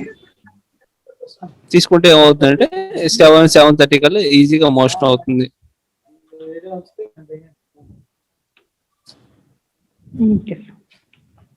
Okay sir, thank you sir. చాలా మంచి ఇన్ఫర్మేషన్ ఇచ్చారు సార్, థ్యాంక్ యూ. మాకు తెలియని విషయాలు, చాలా కొత్త విషయాలు కూడా చెప్పారు. Two questions, I think Anisha and Gopal Krishna garu. Two questions. Doctor గారండి, సార్ చెప్పండి సార్. అదేండి, నాకు చాలా నాళ్ళు బట్టి ఐబిఎస్ ఉందండి, ఒక 20 years బ్యాక్ నుంచి. అవునా? ఓకే. నేను హోమియోపతిలో చూపించుకున్నాను. హోమియోపతిలో ఏమన్నారంటే ఎప్పుడో నేను ఒక 20 years బ్యాక్ ఏదో భయం కంపితమయ్యి భయంతో నైట్ బయట వేస్తే ఆ రోజు ఉదయం మోషన్స్ అయిపోయినాయండి. అప్పటి నుంచి కొద్దిగా నాకు గ్రాడ్యువల్లీ ఈ ప్రాబ్లం అలా స్టార్ట్ అయిందండి. అలాగా వచ్చి మోషన్ జిగిరిగా అవ్వడం అనేది ఎక్కువగా ఉంటదండి. ఈ ఐబిఎస్ లో కనపడే సిమ్టమ్ ఏంటంటే మోషన్ తో పాటు మనకి బంక్ లాగా పడుతుంది అనమాట. న్యూకస్ స్టూల్స్ అంటాం మనం దాన్ని. ఉదయమే ఒక్కసారే మోషన్ జిగిరిగా అవుతుందండి. అవి తర్వాత కొద్దిగా చలి పెట్టినట్టుండి గొంతు రొంప, ముక్కు దెబ్బడం కట్టడం ఎలా ఉంటాయి సార్? సరే, అంటే ఐబిఎస్ వల్ల ఉండకపోవచ్చేమో ఈ లక్షణాలు. ఐబిఎస్ వల్ల ఎవరికైతే ఎక్కువ రోజులు ఐబిఎస్ ఉంటుందో వాళ్ళకి ఏమవుతుందంటే ఇమ్యూనిటీ తగ్గుతుంది. మనం తీసుకున్న ఆహారం సరిగా ప్రాపర్ గా అన్ని ధాతువులకి వెళ్ళదు బట్టి ఏమవుతుందంటే ఇమ్యూనిటీ తగ్గుతుంది. ఇమ్యూనిటీ తగ్గడం ఈ ప్రాబ్లమ్స్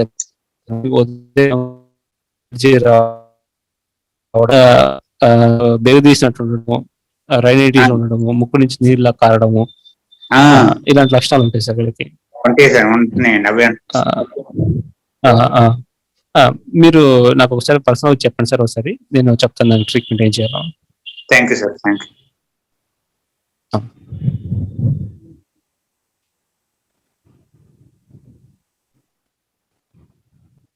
ఇంకా sir?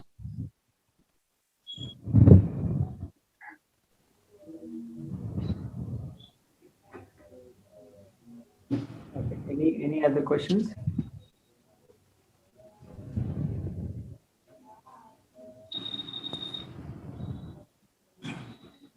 Okay, I think that's good. So very good question అండి. చాలా బాగా చేశారండి. యాక్చువల్గా తక్కువ టైంలో బాగా మంచి ఇన్ఫర్మేషన్ ఇచ్చారు మురళీకృష్ణ గారు.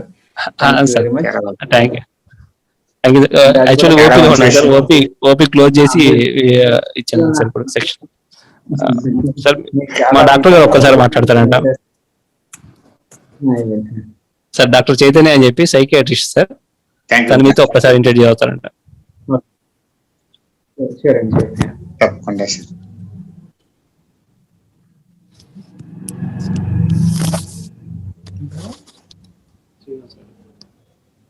Hello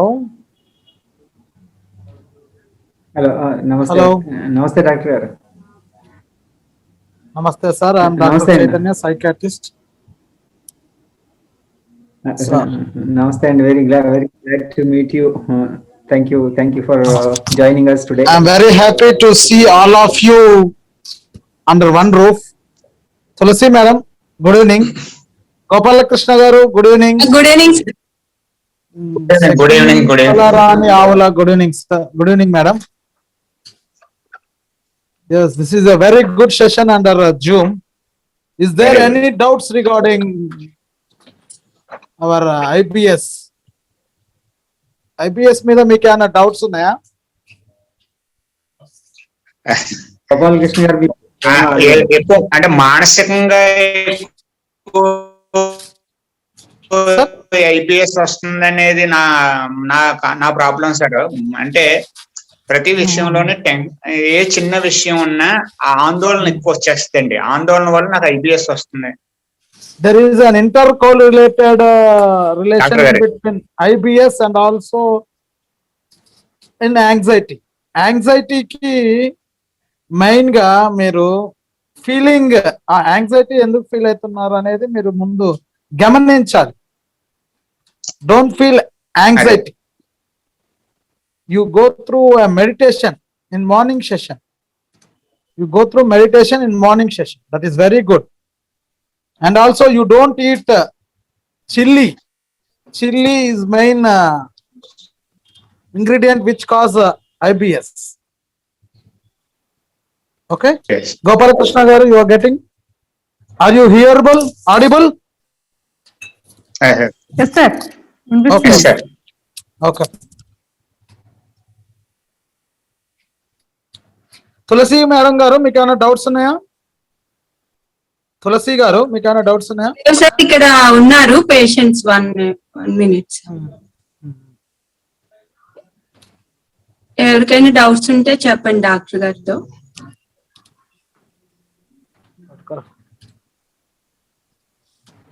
Is wheezing related to psychiatric problem or atla? Madam Wheezing and ayasam anadi tension ga unnappudu madam wheeze is different madam and tension is different. There is no relation between the two diseases. Madam, I am telling only one thing. For any anxiety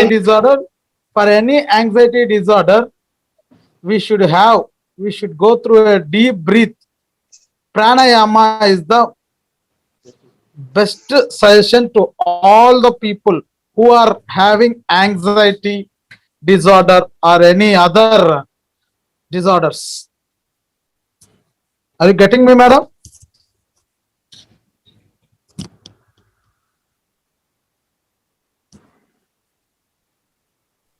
అర్థమైంది doctor గారు. Clear. Okay, I'm very happy to be with you in this session. Some patients are waiting for us. Can I? Thank you. Thank you very much. Okay. Thank you, sir. Thank you. Thank you. Thank you. Thank you, Muralkrishna garu. Thank you and Muralkrishna garu, Chaitanya garu. Thank you. Okay madam, thank you madam. Very happy to meet you all అండి. చాలా మంచి session ఏర్పాటు చేశారు Srini sir. ఎప్పుడైనా Srinivas sir కోసం ఎప్పుడైనా ready madam మేము మా అవుట్కమ్ ఇవ్వడం కోసం.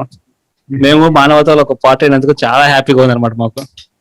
మీరు ఎప్పుడైనా తులసి గారికి కాల్ చేసి మాకు కనెక్ట్ చేస్తారు. మీకు ఏదైనా డౌట్ ఉన్నా కూడా పర్సనల్ గా అడగచ్చు. మీకు ఏమైనా సజెషన్స్ కావాలంటే ఖచ్చితంగా ఇస్తాం అన్నమాట ఆయుర్వేదిక్ తరఫున.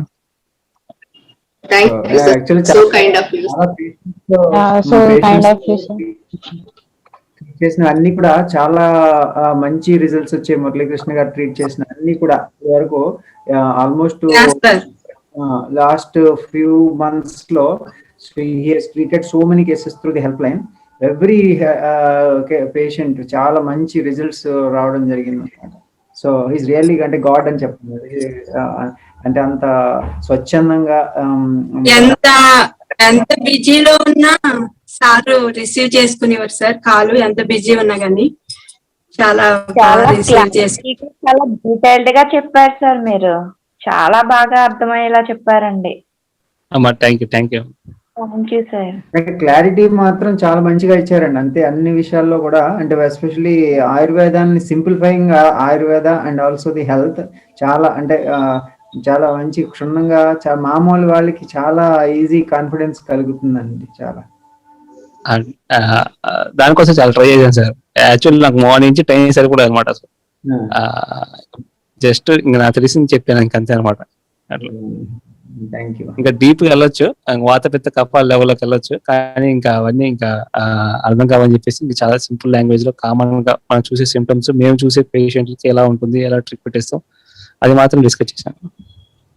సార్ ఇంకొక లాస్ట్ క్వశ్చన్ సార్. ఫోన్ చేసిన తర్వాత కడుపు నొప్పి పెయిన్ వస్తుంది కదా సార్, అది చాలా మందికి ఉంటుంది. దానికి ఏంటి సార్ రెమెడీ? కానీ భోజనం చేసిన తర్వాత పొట్టలో నొప్పి సార్,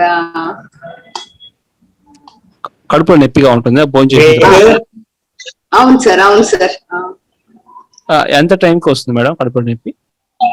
అంటే కొంచెం సేపు ఉంటుందండి. భోజనం చేసిన కొంచెం సేపటికి ఫుడ్ తీసుకున్న కొన్ని ఫుడ్స్ తీసుకున్నప్పుడు కడుపులో నొప్పి ఒకలా అంటే mild pain, some mild pain, unbearable కాదు.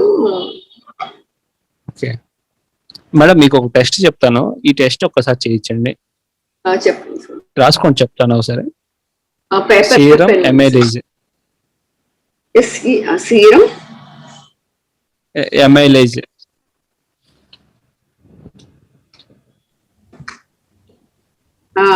ఒకసారి గ్రూప్ లో గానీ లేకపోతే చాట్ లో గానీ మెసేజ్ చేయండి ఎంఐ లేదు. నేను పంపిస్తానండి, నేను పంపిస్తాను. మళ్ళీ మీకు ఓపీ టైం అవుతున్నట్టుంది. అవును, పంపించండి. అవునవును. Okay, thank you sir. మీకు పంపించాను మేడం, ఆ గ్రూప్ లో చాట్ పంపించాను. సేవ్ ఎమ్మెల్యే టెస్ట్ ఒకసారి చేయించండి. ఏదైనా చాలా మందికి గ్యాస్ట్రైటిస్ కొంతమంది పెయిన్ వస్తుంటుంది, అదేమంత ప్రాబ్లమాటిక్ కాదు. ఆహారం తీసుకున్న వెంటనే మనం పడుకోకూడదు. పడుకుంటే అట్లా పెయిన్స్ వస్తుంటాయి. ఆహారం తీసుకున్న తర్వాత కనీసం 100 స్టెప్స్ అన్నా వేయాలన్నమాట. 100 స్టెప్స్ తర్వాత మనం కూర్చోవాలి. 100 స్టెప్స్ చేసిన తర్వాతే అసలు మధ్యాహ్నం పూట పడుకోవడం అనేది కరెక్ట్ కాదు. ఆయుర్వేద ప్రకారం తీసుకున్న ఆహారం వెంబడే పడుకుంటే ఏమవుతుందంటే అజీర్ణం ఫామ్ అవుతుంది, అంటే డైజెషన్ ప్రాపర్ గా కాదు. కాబట్టి ఖచ్చితంగా ఆహారం ఉదయం తీసుకున్నా సాయంత్రం తీసుకున్నా కూడా సాయంత్రం ఎప్పుడు తీసుకోమంటుందండి ఆయుర్వేద శాస్త్రం కానీ యోగా శాస్త్రం కానీ సూర్య అస్తమయం లోపు మనం తీసుకోవాలన్నమాట. మన డిన్నర్ ఏదైతే ఉందో కనీసం 7-7:30 కల్లా తీసుకోవాలి. తర్వాత మన యాక్టివిటీస్ కనీసం ఒక 1 అవర్ to 1.5 hours మన అన్ని యాక్టివిటీస్ చేసుకున్న తర్వాత 9-9:30కి మనం బెడ్ మీదకి వెళ్ళాలి. కానీ మనం ఏం చేస్తున్నాము, 11-11:30 ఆహారం తీసుకుంటాము, ఎమ్మడే పడుకుంటాం. దాంతో ఏమవుతుందంటే ఇలాంటి ప్రాబ్లమ్స్ వస్తాయి. ఇంప్రాపర్ డైజెషన్ అవుతుంది, సరిగా డైజెషన్ కాదు. సరిగా డైజెషన్ కాపాడడం వల్ల టాక్సిన్స్ అనేది బాడీలో పెరిగిపోతుందన్నమాట. అజీర్ణం ఫామ్ అవుతుంది, చాలా మందికి గ్యాస్ ప్రాబ్లమ్స్ వస్తాయి, కాన్స్టిపేషన్ ప్రాబ్లమ్స్ వస్తాయి.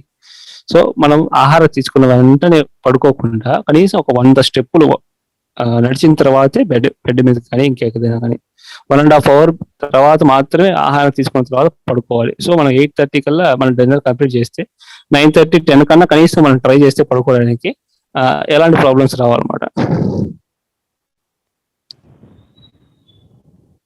Thank you sir. Thank you Muralikrishna గారు, చాలా and may God bless you. Wish you all the best. Thank you sir. అందరూ ఒకసారి క్లోజింగ్ ప్రేయర్ చేసి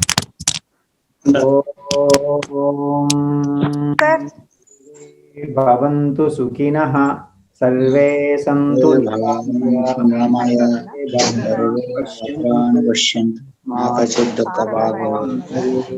ఓం శాంతి శాంతి శాంతి. లోకా సమస్తా సుఖినో భవంతు.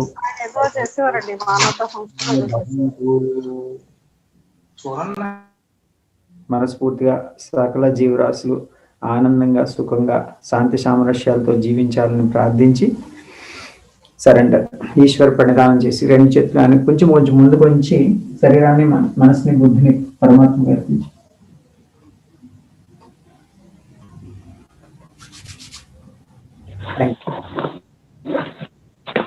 నమస్తే సార్. ఒక్క నిమిషం సార్.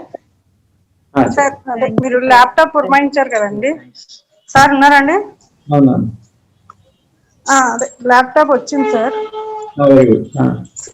ఒకసారి చూపిస్తున్నాను సార్, ఇవి చూడండి.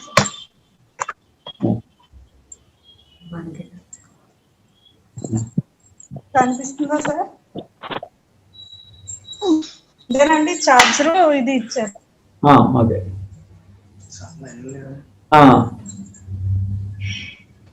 గిరీష్ వచ్చారా? గిరీష్ కాదండి, ఆయన ఫ్రెండ్ అనుకుంటానండి. ఓకే, ఇస్తున్నాను, మాట్లాడండి. అలాగే సార్. చెప్పండి సార్. ఓకే, ఎంతమంది ఉన్నారండి? గిరీష్ వాళ్ళ బ్రదరా మీరు? హలో, గిరీష్ వాళ్ళ బ్రదర్ అమ్మా? హలో, గిరీష్ వాళ్ళ బ్రదరా మీరు? లేదు సార్, వాళ్ళ friend sir. Okay, thanks for bringing. Okay sir, glad to meet you sir. Girish బాగున్నాడా? Okay sir, fine sir. మండిపేటలో ఉంటే ఒకసారి నేను ఇళ్ళల్లో వచ్చి ఉన్నాను. రేపు క్యాంప్ కూడా ఉంది ఇక్కడ. ఒకవేళ మండిపేటలో ఉంటే వీలైతే ఒకసారి ఆశ్రమానికి కూడా రమ్మనండి.